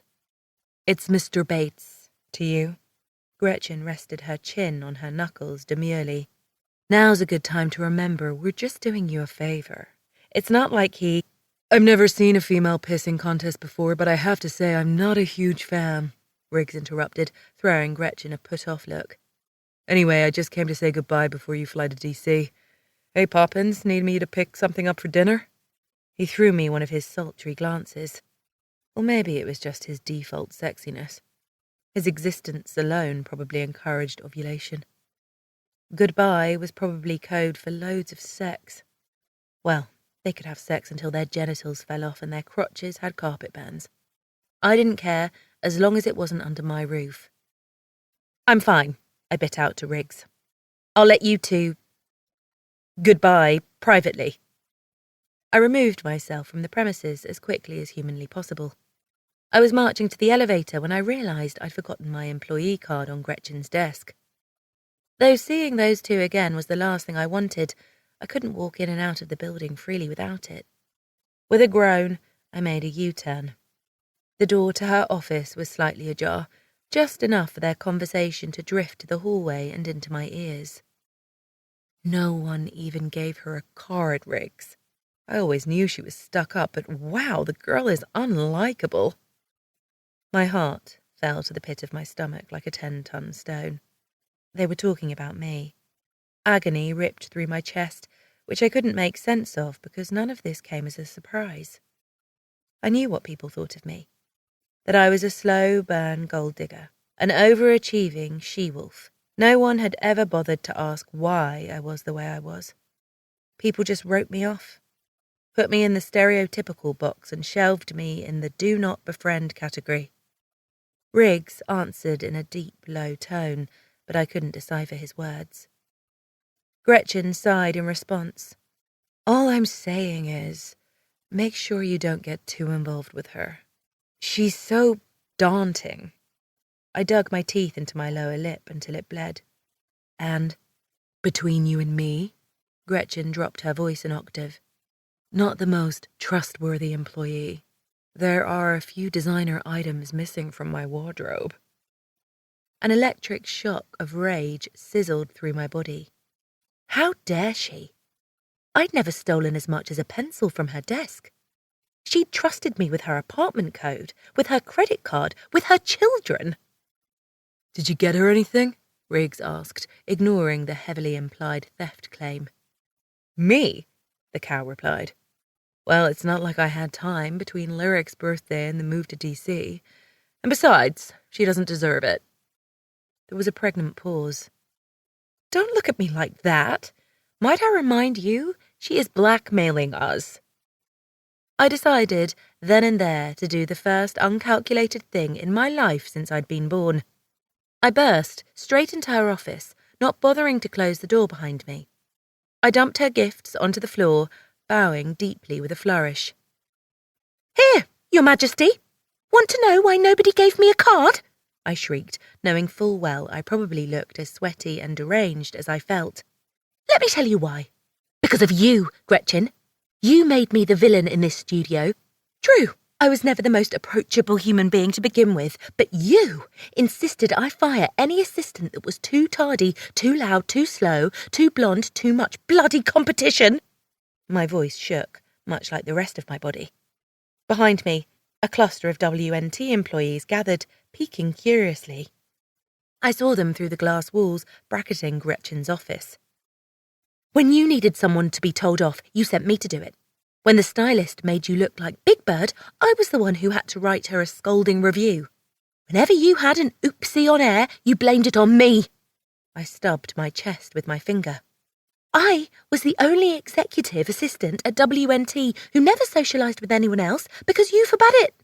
You were so scared I'd spill one of your trade secrets, you would barely let me grab a coffee with the runners." I knew I shared some of the responsibility as to why I was about as popular as Neapolitan ice cream within WNT hallways. I never made a genuine effort, but to pretend the fault fell squarely on my shoulders was ridiculous. "Don't blame me!" Gretchen tossed her hands up, her roar very nearly throwing me across the room. "Hold yourself accountable for the way people perceive you. You're in charge of your own behaviour." "Oh, I am to blame," I laughed shrilly. "I'm beyond responsible for doing your ugly bidding. You moulded me into your perfect little machine." I pointed my index finger at her face. "Knowing I couldn't quit because the channel was sponsoring my visa. You abused your power." I laughed incredulously. "No wonder you ended up in politics." The silence that followed was so loud, I swore I could hear people in Maine asking one another what they should have for supper tonight. I peered behind my shoulder. There were at least 50 WNT employees behind me, their phones directed at Gretchen and me, recording my public showdown. "Time to do something, Duffy. Anything at all, whenever you're ready. Preferably this year, though." It was obvious Gretchen was too stunned to produce words. Not that I wanted her to. I couldn't believe I'd behaved so commonly, so crudely. I'd always measured every action of mine carefully, desperate to be a goody two-shoes. Do something. Right now. I snatched a box of Godiva from her desk and waved it in my boss's face. "You don't deserve this good chocolate. I'm taking it with me. This is my goodbye present, my thank you for your service, Duffy. Don't forget to check out all of the 35 toilets in the White House. We all know how full of shit you are." Okay, maybe not that. Nonetheless, the deed has been done, and so, committed to my public fall from grace, I tornadoed out of her office, after which I anticlimactically waited for the lift for 3 minutes under excruciatingly dumbfounded gazes before it pinged open. To make matters worse, Gretchen's assistant number 2, Billy, appeared next to me, a pile of flower bouquets in her hands. She too was helping my boss with getting rid of all the goodbye presents. "Hi, Duffy." She pushed her reading glasses up her nose. "Hey, Billy." I rubbed my forehead tiredly. "There's something you need to know," she said in a hushed voice when we entered the lift and the doors closed. I angled my face toward her. Had I spoken the mind of the entire office? Were people cheering for me? Had I become her role model? Hope bubbled in my chest. But Billy looked unnaturally pink and insisted on staring at a spot above my head. "I think you got your period when you made that speech. There was a red stain showing." I collapsed on the stairway leading from the WNT building, then proceeded to stuff my face with Swiss chocolate I couldn't even taste and was already regretting. I was into my 17th truffle when someone plopped down beside me. A large someone. A tall and muscular someone who smelled like wild woods and leather and sex. Someone I really didn't want to talk to right now. "So," Riggs reached to steal a Black Forest truffle before popping it between his lips. "When's the next show?" I didn't even have time to make it to the concessions. Oh, I hiccuped into my chocolate box. I'm mortified. This is the first time this has happened to me. That's supposed to be my line.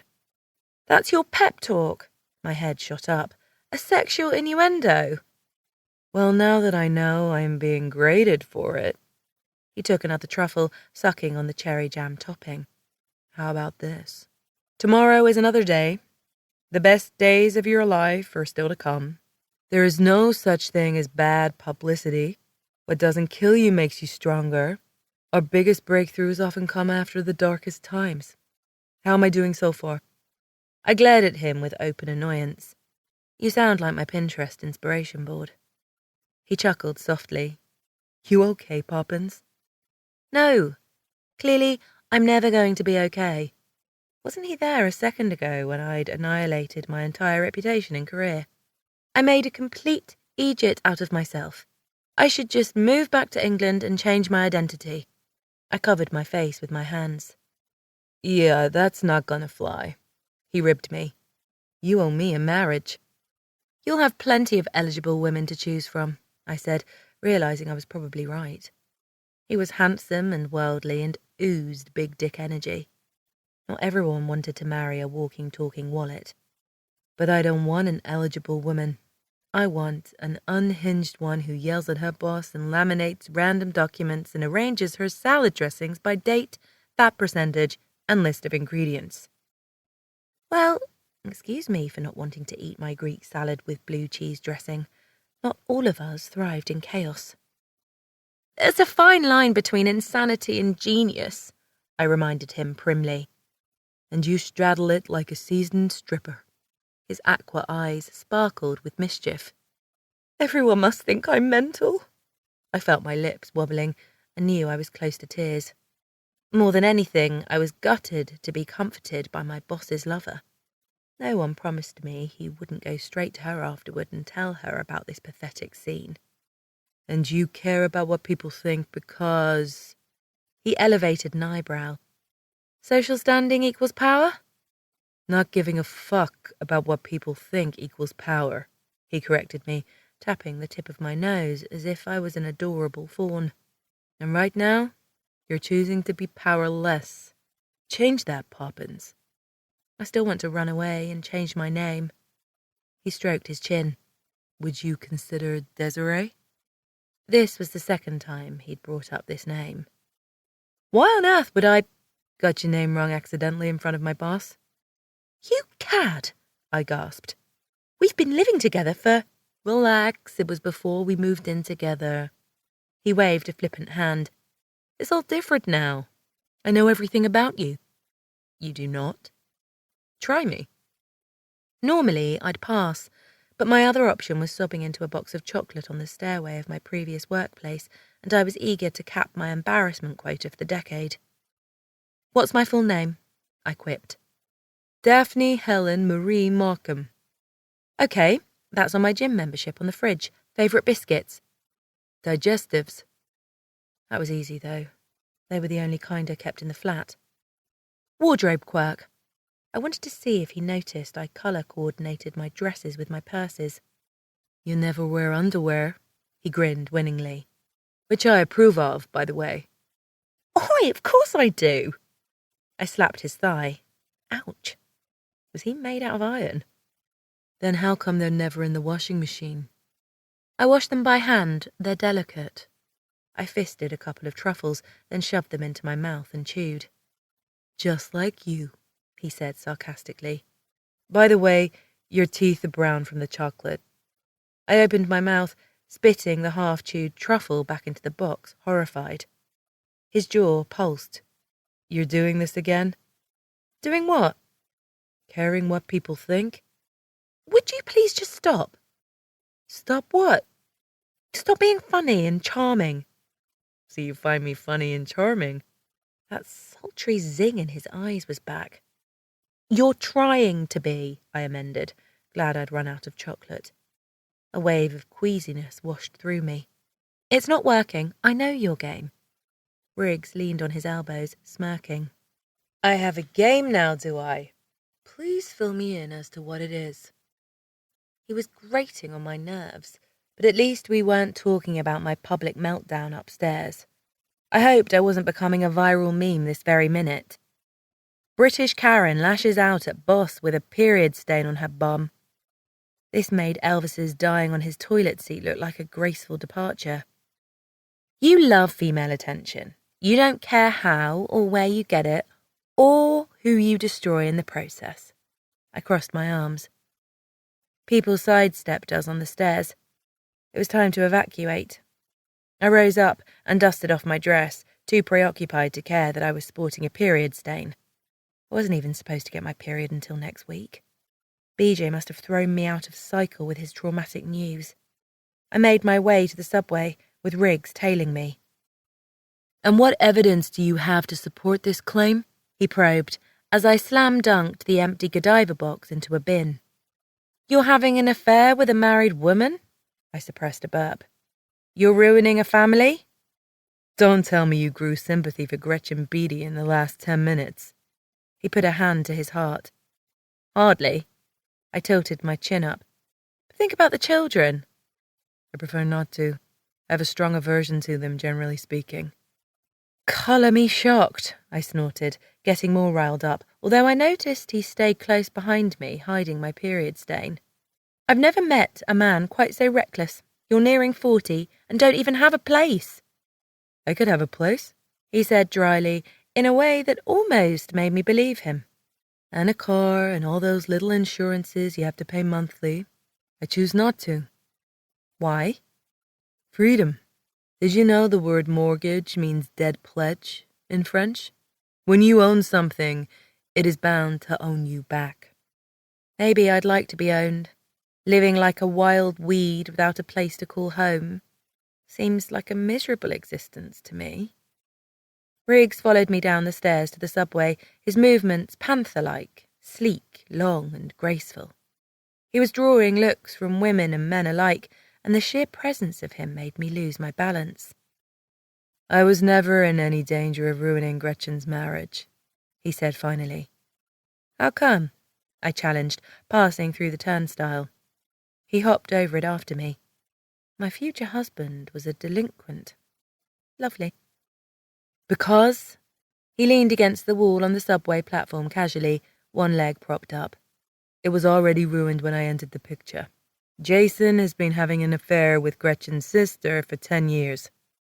What a bunch of crock! I rolled my eyes, producing a small mirror from my wallet and then checking my lipstick. Gretchen's daughter Presence is already 9. She named her daughters Lyric and Presence? Riggs wore a repulsed smirk. She's crueler than I thought. Anyway, that's the God-honest truth. Gretchen found Jason and her sister in a compromising position the same day they arrived back from their honeymoon. Their marriage hasn't been legit since. Shamefully, this piece of sordid information filled me with pleasure. Gretchen had always been on the winning end. I'd never seen her wronged. So why did she stay married to him? I demanded. Didn't you just say Presence is 9, soon to be 10? He quirked a knowing eyebrow. Do the math, Poppins. Stop calling me Poppins. Stop sounding like her. That made me shut up for a second, while I digested the information. Gretchen was pregnant when she got married to Jason. That made sense. Gretchen was the kind of woman to tick marriage and kids off her to-do list and move on to her next conquest. And by this stage, 10 years ago, she was more concerned with not losing her position at the network than working on her marriage. And when did you enter the picture? I crossed my arms over my chest. About 4 years ago. Riggs adjusted the leather strap of his messenger bag over his shoulder. We were both covering the Olympics in Greece. Who hit on who? Does it matter? You know bloody well it does. The attraction was there from both sides, he said diplomatically.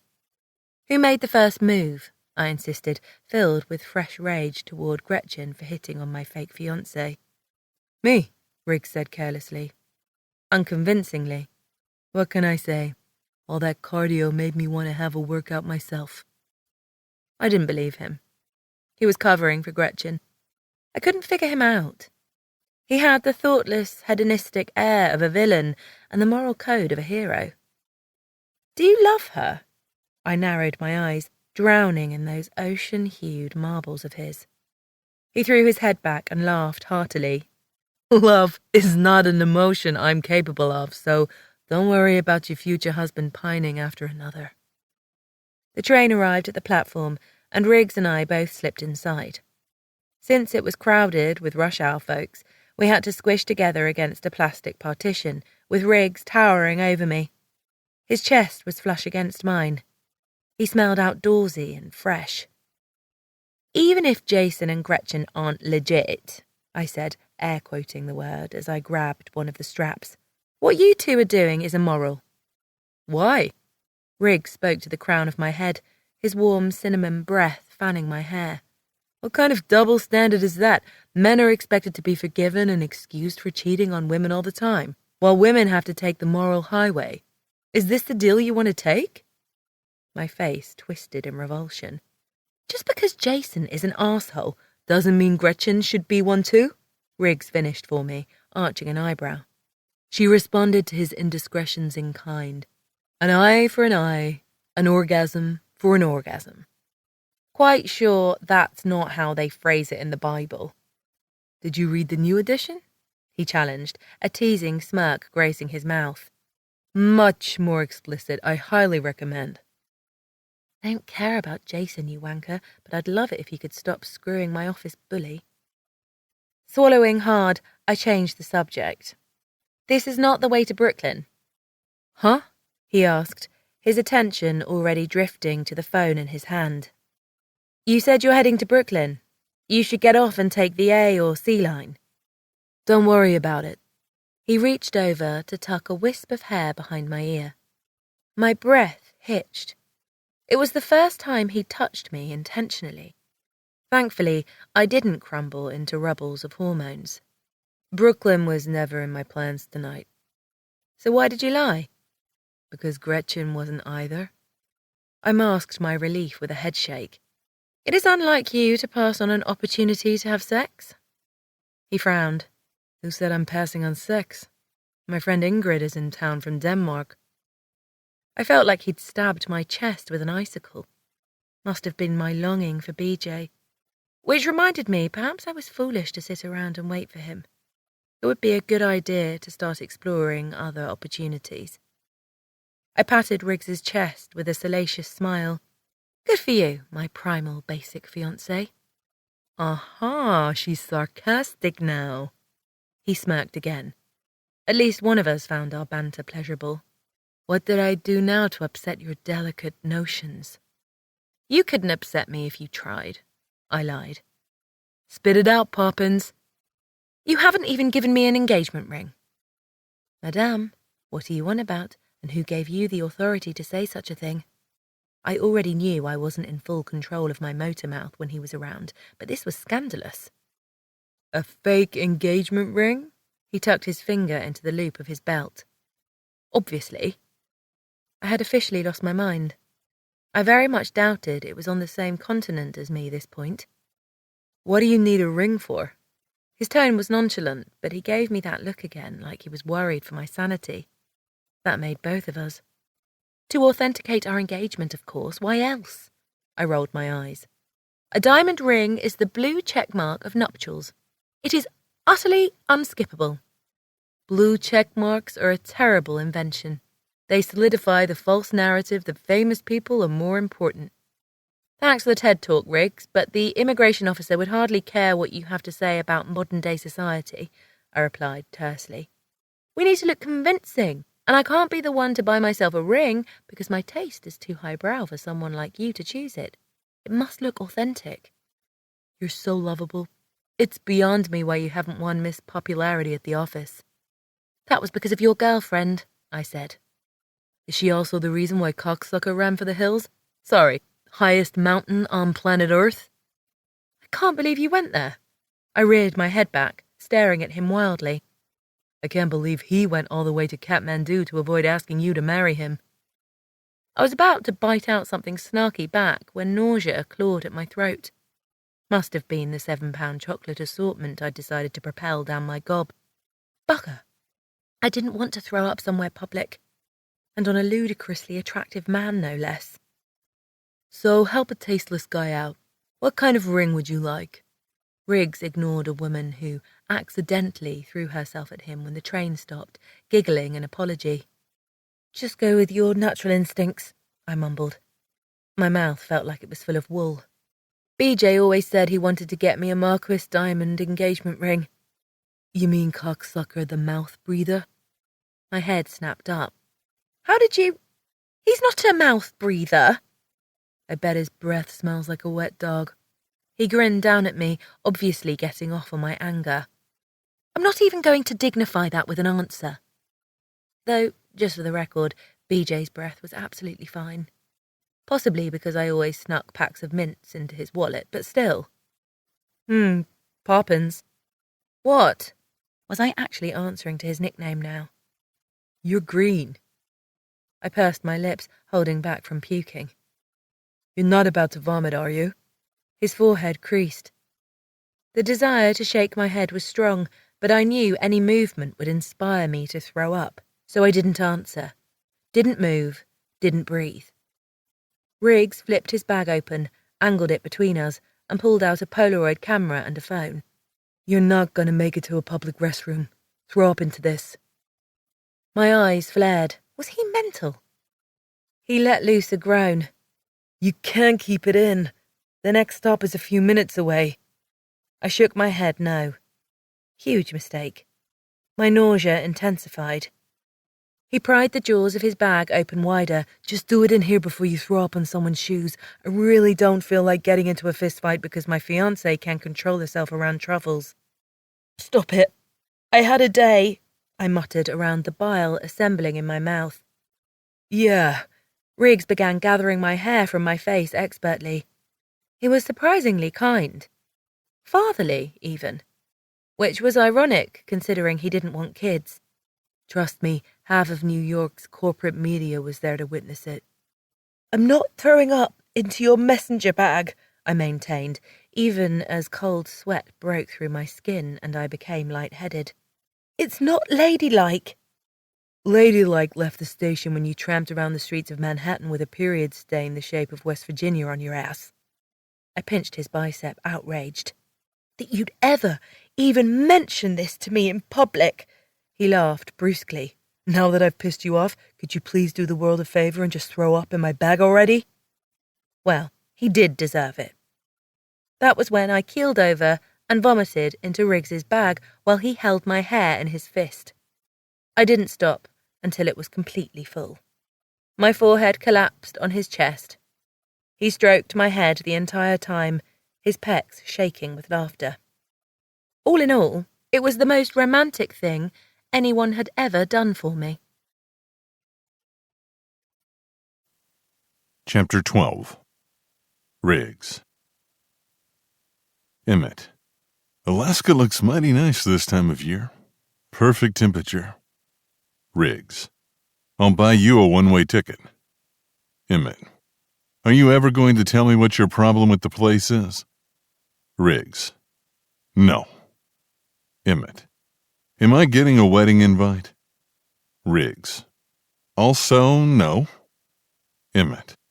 I still don't buy that you decided to settle down and give up the variety. Riggs. Good, because my relationship is not for sale.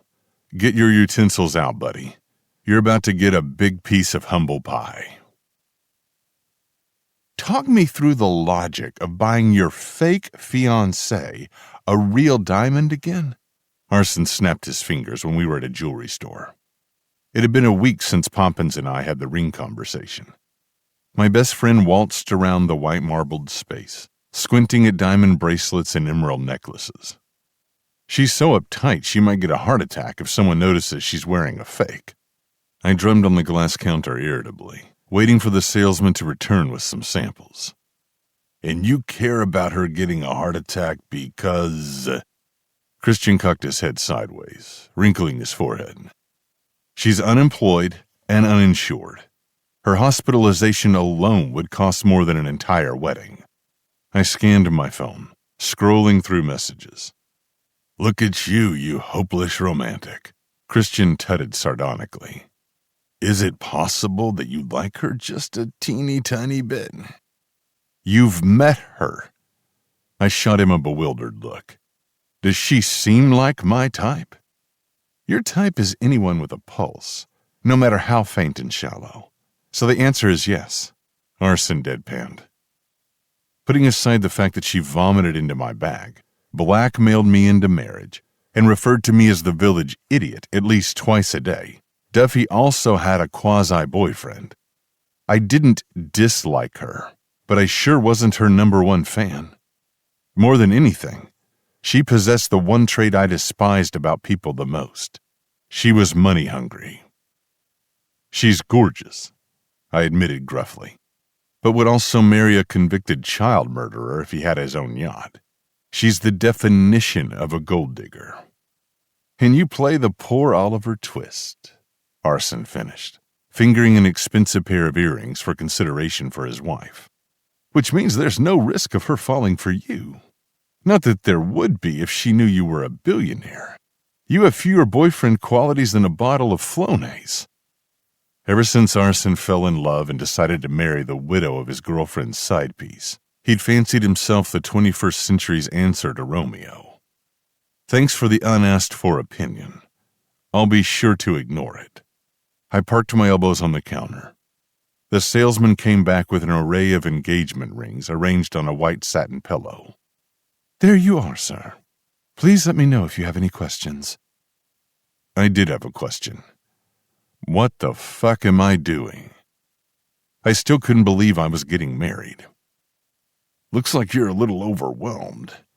Christian eyed me. "You sure you've thought this whole thing through? Marriage is baggage, real or not. I'm not afraid of marriage."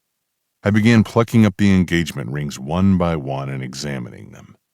But, like hard drugs, I prefer to stay away from the concept. "Because, also like hard drugs, it gets you addicted."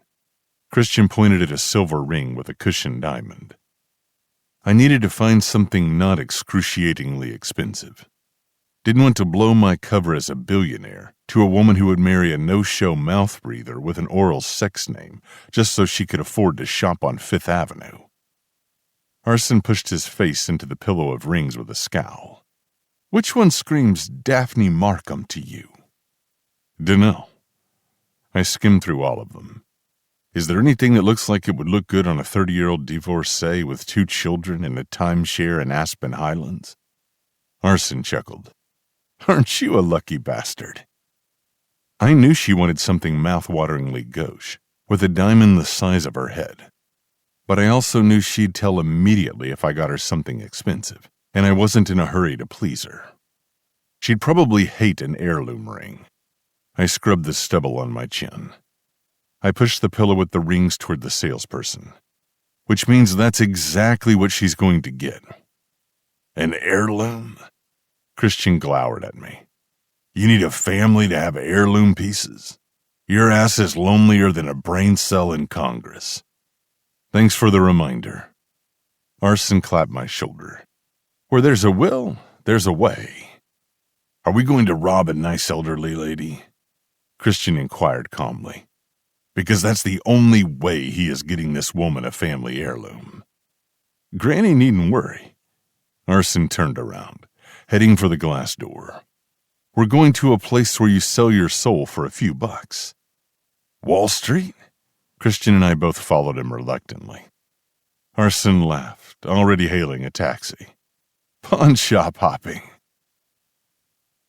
7 Brooklyn pawn shops and 1 purchase later, I returned to my love nest with Poppins, a.k.a. the woman who vomited into my messenger bag, then had the audacity to tell me I was uncivilized for throwing it into a public trash can because it would leave a terrible smell. I pushed the door open. Her voice filled the apartment like soap bubbles. She seriously had the poshest accent I'd ever heard, including the royal family. "No, Kieran. Mooning thy neighbor is absolutely not a form of courting."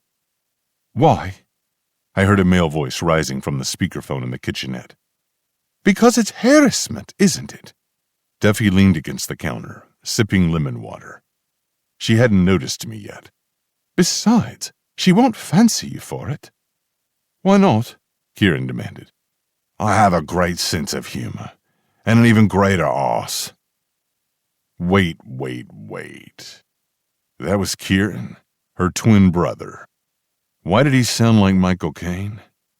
She sounded like a gently bred, privately educated princess, and he, like the person who cleaned her chimney. Then the penny dropped. Duffy didn't come from money. Of course she hadn't. That was why she was so obsessed with it. Honey, I'm home. I sauntered in, deciding to mess around with her a little. After all, it had been 4 hours since I'd last done so. She raised her head from her gargantuan gallon of water and stared at me like I'd just handed her over to ISIS. Who's this? Kieran probed on the other line. No one. She shot me an intimidating, don't you dare talk look, sprinkling it with violent hand-waving gestures. Her fiancé. I popped open the fridge and grabbed one of her green juices. Aye, mate. I'm her older brother, Kieran, the person replied without missing a beat. Twin brother, she amended. He was born a few minutes before me. That was because she was ours first. That explains a lot. I downed her lettuce juice or whatever it was in one go. Riggs, nice to meet you. Thanks for breaking the law for me, sister. My pleasure. Just needed an excuse. I winked at Poppins, saluting her with her empty green juice bottle. She grumbled something inaudible to her gallon of water. So why are you doing that anyway? Marrying her, I mean, Kieran asked.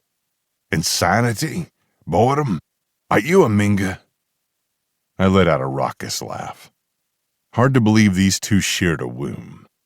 He was a working-class hero, and she, a Kate Middleton wannabe. Oil and water. I need a fake wife to get my boss off my back. That piqued his interest. She's making a move on you? He wants to send me to Alaska for 8 months. All this time, Duffy was standing there like a decorative plant, her phone angled toward me, hating every moment of my conversation with her brother. Well, mate, good news is you won't have to miss the frigid weather. Sharing a roof with my sister. We both laughed. Duffy jerked her phone back. All right. I've actually got some plans this evening, so you'll have to continue this little bonding session later. Later when? Kieran asked. I bet Briggs could give me apt advice on how to lure the neighbor into my bed. It's Briggs, Duffy ground out. And I wouldn't trust him to take care of a dead cactus, let alone give out love advice. Can a cactus really be dead? Or deader than it already is? Kieran pondered aloud. It can, I supplied, if you overwater it. Stop talking. Stop bonding. Just stop. Poppin shook her head exasperatedly. Your sister can't get enough of me.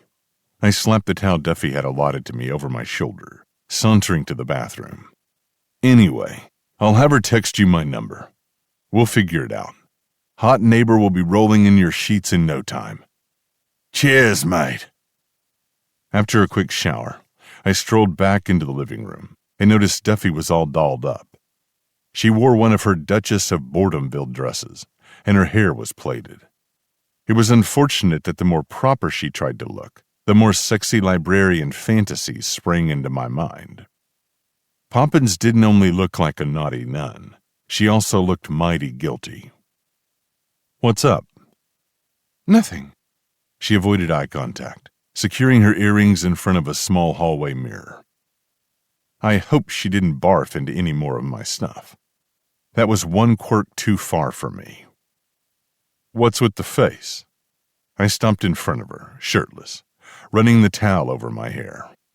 I was muscular in a sinewy, athletic way, and she was the first woman I'd come across who didn't try climbing me like a tree when I flashed my six-pack. Nothing. Did you pee in my shoes or something? Her jaw fell open. Why would I wee in your shoes? Because you seem like a vindictive creature, and pissing you off is an untapped talent of mine.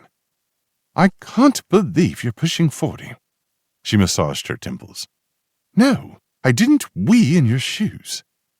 Why are you looking all guilty then? I patted my bag dry, pondering what I should DoorDash tonight. Nothing in this place was edible, other than my roommate. Poppins finally noticed the fact I wore nothing but a towel to my waist and gulped audibly. I have a favor to ask you. I'm touched. I bowed my head. And you're about to be touched too, if you're asking me what I think you're asking me. Please stop acting like a manhole. Then please stop staring at me like I am one. She ducked her head, twiddling her thumbs. You know what? She let out a nervous laugh. Forget it. She grabbed her purse, shot up to her feet, and ran to the door. She made it halfway before swiveling back on her heel. Okay, fine. A bunch of former colleagues from WNT invited me over for goodbye drinks.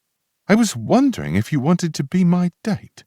We could take a few pictures, be seen in public. This could establish our, relationship. My mental hard-on dropped to half-mast. My crapometer, however, was dinging so hard it was about to shoot out of the atmosphere. They decided to be nice to her all of a sudden, for no apparent reason.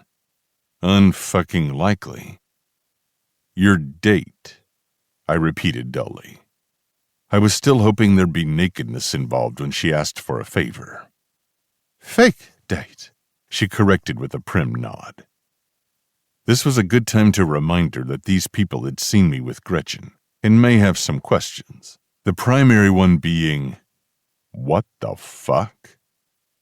No part of me wanted to tag along to this get-together, but an annoying and unwelcome sense of protectiveness tackled my conscience to the ground. I wasn't prepared to send her to the lion's den, knowing she might get eaten whole. She could use a win, especially as she seemed to be struggling with some confidence issues. Otherwise, she wouldn't adopt a fake accent to go with her second-hand designer clothes. Fine, I sighed.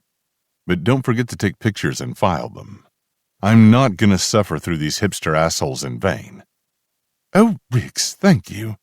She ran to me, but when she actually got to me, she stopped, her gaze colliding with my naked chest. Her cheeks reddened. She punched my bicep clumsily. You're, the best. But it's gonna cost you. I jabbed a finger in her direction. She took a step back, her mouth pulling into a hard line.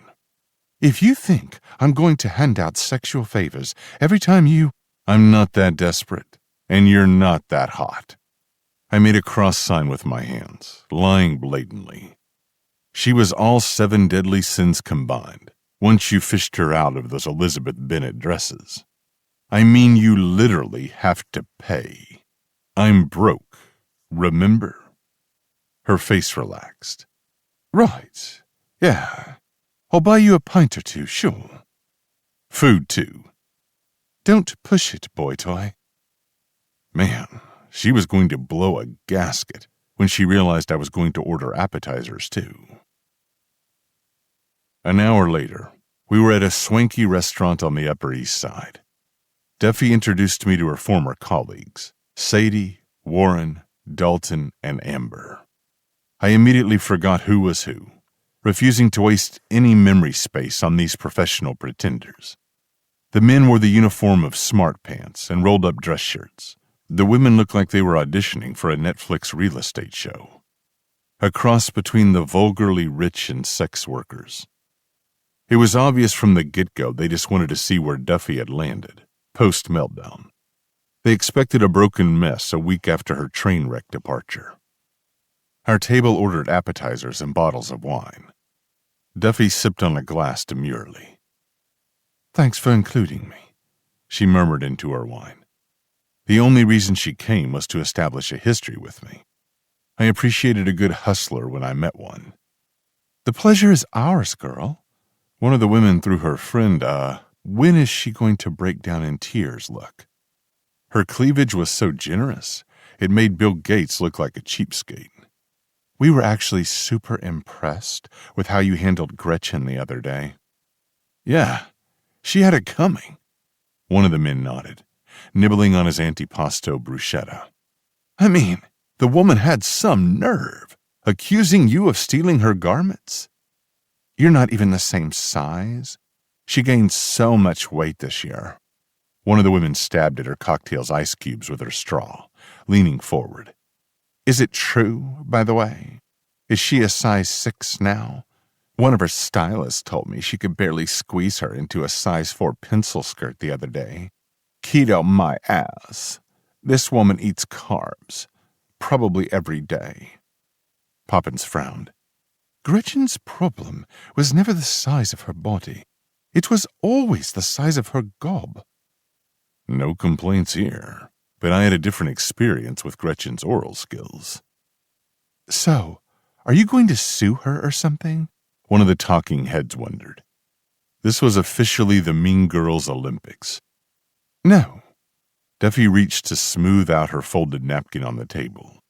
I know I overreacted. I shouldn't have. You know, gone bonkers. I was under a lot of pressure. The entire table nodded solemnly. Now that it was clear Duffy wasn't on suicide watch and wasn't going to spend the entire dinner shitting all over her former boss's reputation, everyone quickly lost interest. I knocked down 2 more glasses of wine, wondering why people held a liquid that was made by people stomping on fruit barefoot to a higher standard than a perfectly hygienic beer made in a brewery. Maybe my new neighbor Charlie would have good input on that. So are you guys, together? Clone Woman 1 motioned between Duffy and me with her finger. Poppins looked ready to barf again. Quite. I draped my arm over Duffy's seat, grinning winningly. We're very much together. I mean, how could I resist the temptation? Duffy did dump her long-term boyfriend for me. If I was going to lie through my teeth, I was going to have a good time doing it. Duffy slammed her heeled foot over mine under the table, unimpressed and unafraid to break my bones. Why'd you break up with BJ? Clone Man 2 asked. Was it because he was a mouth breather? Clone Woman 2 inquired. Was it because he wore a trilby in the winter? Clone Woman 1 shuddered. He didn't breathe from his mouth, and I thought the trilby was sort of adorable. Duffy kept her composure as she answered their questions. As for your main question, I suppose we grew apart. I do wish him all the best. He is in Nepal now. Nepal? I love Italian food, Clone Woman 1 exclaimed. That's Napoli. I drawled into my drink. No wonder Duffy didn't collect any friends at WNT. These people had the combined IQ of a trash can. Wow, you're so smart, Clone Woman 1 purred, batting her lashes at me. Guess it's true what they say. All the good ones are taken, huh? After this inspiring conversation, Duffy insisted we all take pictures together. The scene seemed as organic as synthetic grass, with my fake fiancé insisting we all squeeze into a few photos and smile. Luckily, these people love taking photos of themselves. Hey, weren't you in Gretchen's office the other day?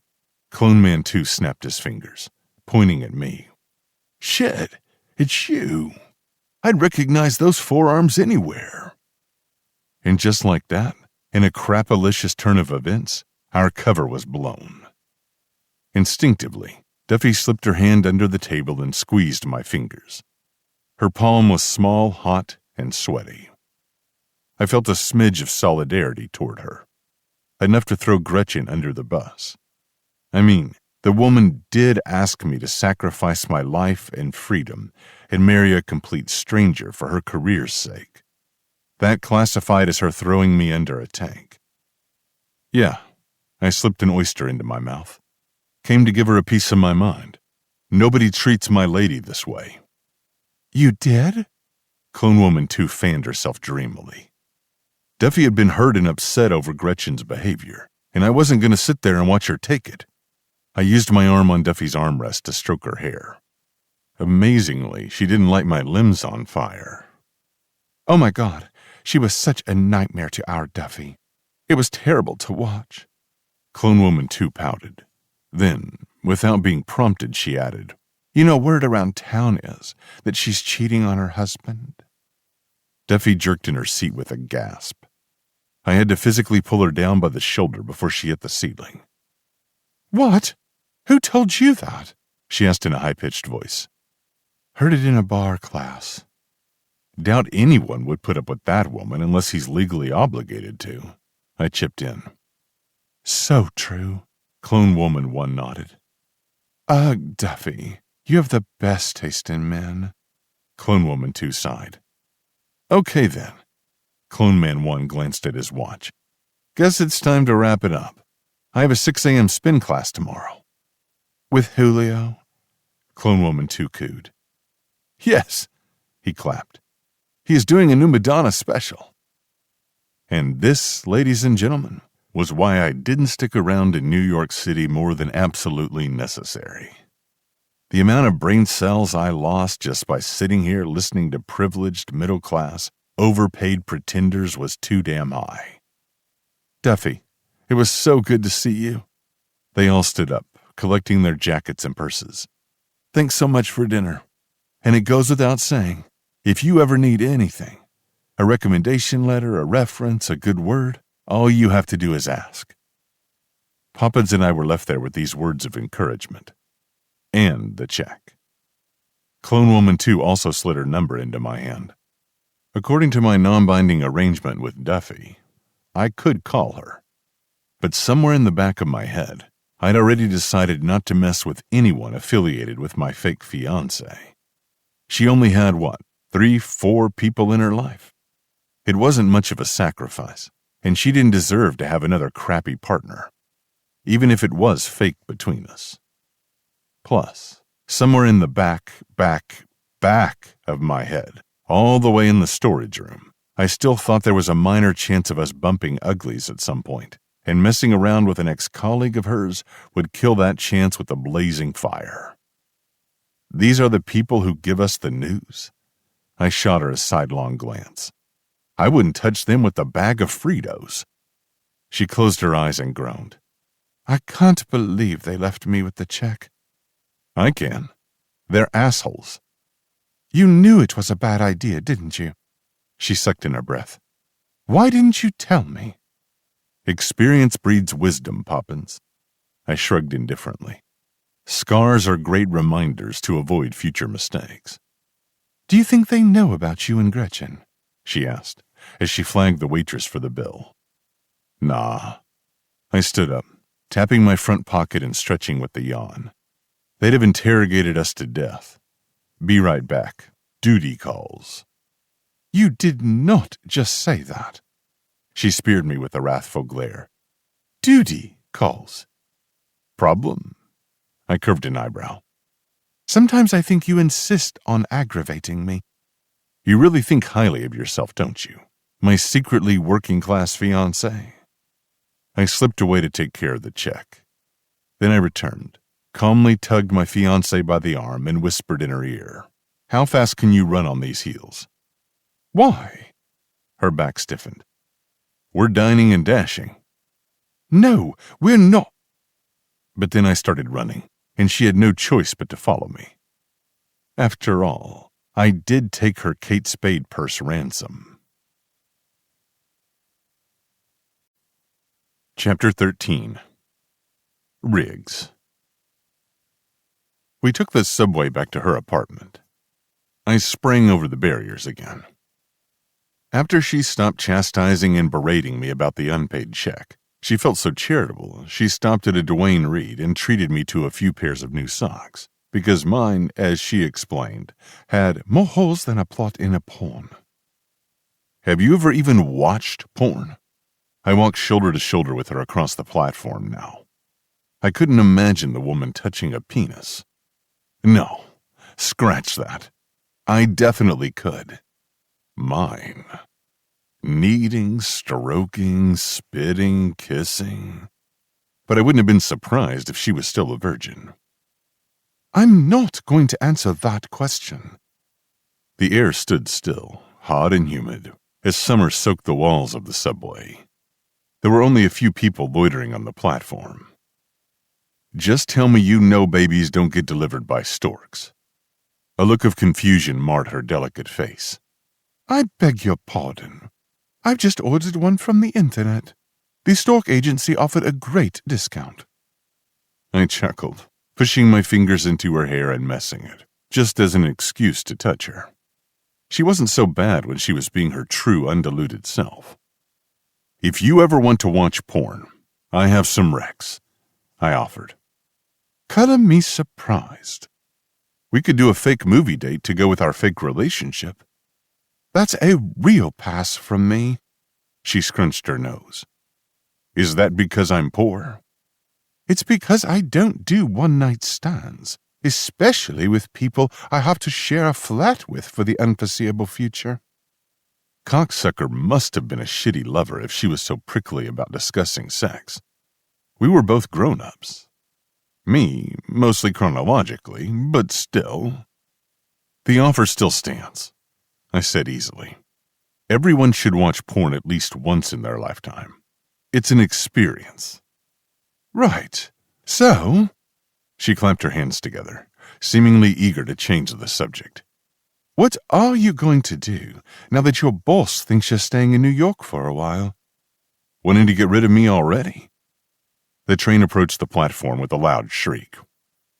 Don't pretend like our arrangement is ideal. She crossed her arms defensively. It wasn't. And she was right. I needed to find a project to throw myself into. There was no way I was going to sit around in the same place for months. I'll just do short trips for a few weeks, then tell Emmett you were a huge mistake and we're getting a divorce. You won't mind if I spread a little rumor you gave me syphilis, right? And what if, She cleared her throat. This works out, and we wait until I get a green card. The time period between a CR1 visa and a green card is just a couple years. What's the point in that? I frowned. Don't you want to marry up? Marrying up would take time if BJ and I don't get back together. She licked her lips, looking down. At least she was honest enough not to deny her life's ambition. Is that really the height of your dreams? Marrying for money? I won't be marrying for money. I'd be marrying for security, for peace of mind, for the privilege of not having to worry about where food is going to come from, paying the electricity bills, or having something warm to wear during the winter. Marriage has been a pragmatic arrangement between families and individuals since the dawn of time. Love is a recent, unwelcome development, indulgent and self-centered. I personally reckon it's all Jane Austen's fault. Couldn't she have written a murder mystery? She would have spared all of us gold diggers the hassle. Now I was laughing so hard I couldn't fucking breathe. She didn't mean to be funny, but she was. My fiancé was reddening next to me, apparently mistaking my amusement for mockery. I wasn't mocking her. I had a feeling her need for financial security was deeply rooted in some really dark memories, and I couldn't judge her for it. It was her ruthless hard-headedness that I found refreshing. She was like John D. Rockefeller. She had a talent to find opportunity in disaster. Hey, don't pretend like what you're doing isn't pragmatic. She stubbed my chest with her finger. You're marrying someone because of your work. Couldn't you look for another job? I could, and frankly, I should, but I didn't want to let Emmett win. Quitting would be an admission of defeat. Don't give me any ideas, Poppins, or you'll end up groomless. We hopped onto the train. It was packed. Only one seat was available. I motioned for Duffy to take it. She sat prissily with her back straight and her hands in her lap. I towered over her, my arms slung over a pole. Speaking of Emmett, I needed to throw my engagement to Duffy into high gear. The fucker had been calling and texting me nonstop, trying to call my bluff. He didn't believe Duffy was real. A little PR to boost this fake relationship was just what the doctor ordered. The train started moving. I looked around. There was a nice mix of commuters. Students, millennial hipsters, tourists, and blue-collar workers. I was willing to bet my left nut that they all had working phones. It was time to execute my plan. "Hey, Poppins." Her head was tilted down. She was engrossed in her phone, scrolling through second-hand designer bags in a fashion app. "Duffy," I said again. "In a minute, Riggs. I think I found a quilted Chanel for $200. In a minute, we might not have this kind of audience. With each station, the train was emptying out, and so was my patience. "Duffy, Daphne, Desiree." "Jesus, what?" She looked up, her eyebrows dancing aggressively on her forehead, indicating her contempt. "Can't you see I'm doing something?" "And I'm hoping that someone is going to be me. For the rest of our lives, baby." I shot her a tacky heartthrob smirk I knew made her want to strangle me, then stomp on my lifeless body. When I slowly lowered myself to one knee, bowing my head humbly, she opened her mouth, no doubt to give me a piece of her mind. The chatter on the train stopped. People unglued their gazes from their phones and tablets. Two girlfriends who sat opposite us gasped audibly, clutching each other's shirts. And my soon-to-be fake fiancé stared at me with horror mixed with resignation.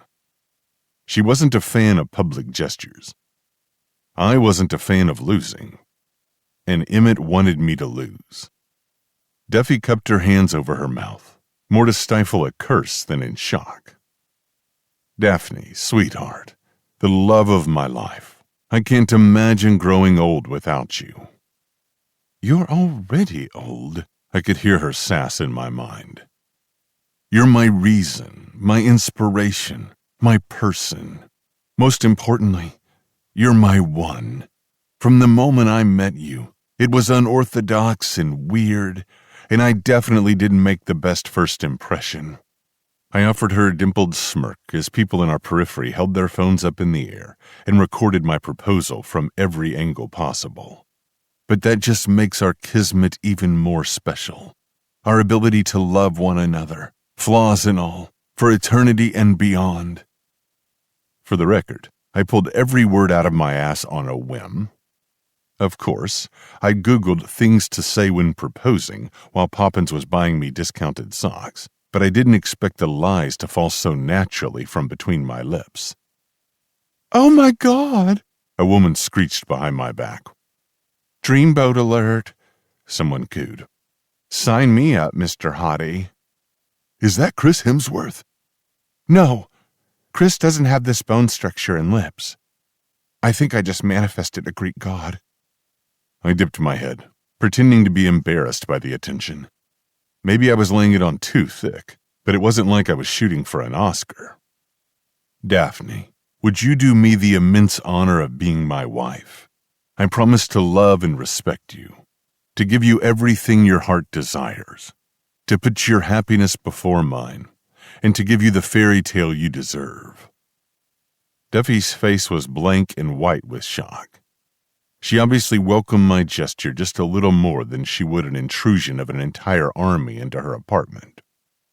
And she still hadn't said a damn word. Through a tight, unwavering smile, I ground out, "Take your time, Poppins. It's not like we have an audience." Of course I'll marry you. Darling," she mumbled, finally, with all the enthusiasm of a woman who had been offered a trip through a minefield, barefoot. "It would be my honor." The lukewarm acceptance didn't stop people from darting up to their feet, clapping and cheering for us. Dozens of people bracketed Duffy's seat as I produced the ring I'd purchased at a pawn shop and slipped it onto her engagement finger. It was a simple, thin golden band with a square emerald at the center. The guy at the pawn shop said it was at least 200 years old, which happened to fit into the kind of marriage style my fiancée wanted for herself. "My God," she murmured under her breath, wiggling her delicate fingers, admiring the thing. It's stunning. This, I knew, wasn't an act. Her purple eyes sparkled like diamonds. I was surprised she found the cheap jewelry so lovely. Not half as stunning as you. I lunged forward, grabbing the back of her head and kissing her temple. Her skin was hot and soft and fucking delicious. Too pure to belong to such a cunning, superficial creature. She froze the minute we touched, her breath stilling. I pulled back more reluctantly than I cared to admit. Our eyes met and locked in a strange trance. "I've been told there's an engagement going on." The conductor's voice pierced through the silence in our car, making people go wild with cheers and laughter. "Congratulations to the happy couple." Poppins glanced around, looking self-conscious and disoriented. "Hey!"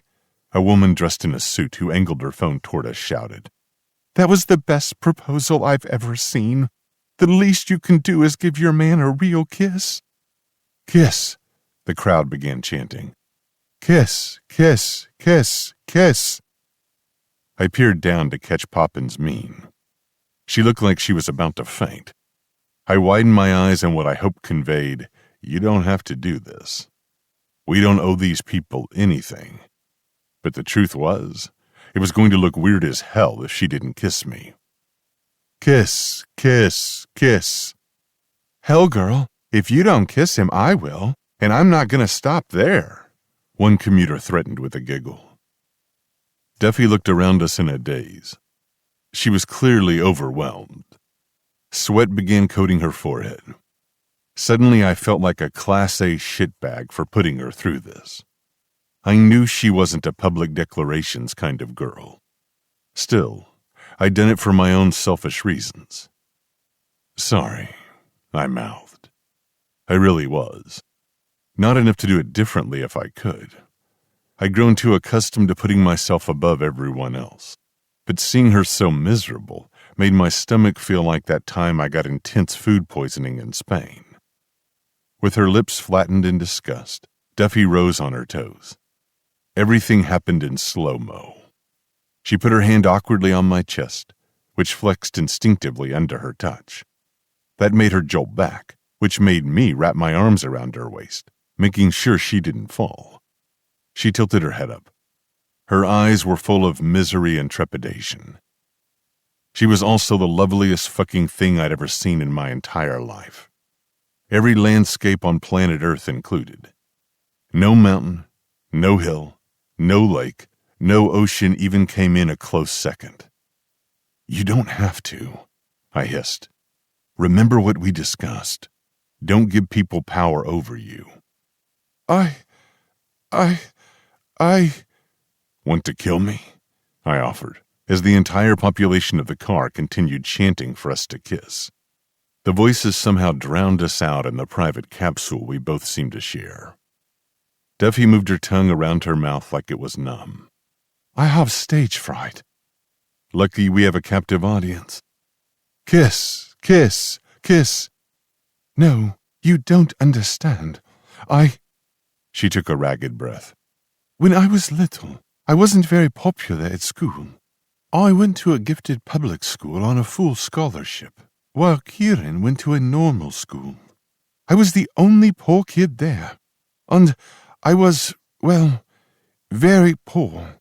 During recess, other students used to gather around me and shout what they thought about me, about my uniform, my family, my lunchbox, how empty it was. I don't like attention." So that was where her obsession with money stemmed from. She was ridiculed for it. "These people are not your asshole bullies," I said quietly. She blinked, processing it all very slowly. "I'm also a terrible kisser." "You have no way of knowing that. Unless cocksucker told her so, in which case I was going to personally make my way to Nepal and shove him off Everest myself." "No, truly, I'm quite awful." "Kiss, kiss, kiss." "You are? All right," I sighed. "The wedding's off then." "Really?" She winced, vulnerable all of a sudden. No. I can't. She really couldn't. I'd seen Aunt Bessie's meals less frozen than this woman, which was why I took charge, dunked my head down, and kissed the living crap out of her without further ado. Fine. I did no such thing. But I did lean down to give her a dry, respectable peck. It was brief. No more than a brush. I'd had more action from TSA officers giving me a pat-down at the airport, and still, somehow, my cock saw fit to nod appreciatively. The car exploded with whistles and cheers. Camera flashes blinded us. People were obviously satisfied with our lackluster display of affection. Duffy fell back to her seat. Her hand shook as she wiped her lips clean. I can't believe I told you about my school years. How mortified. She trailed off when she realized her future husband's penis was semi-hard and staring right back at her.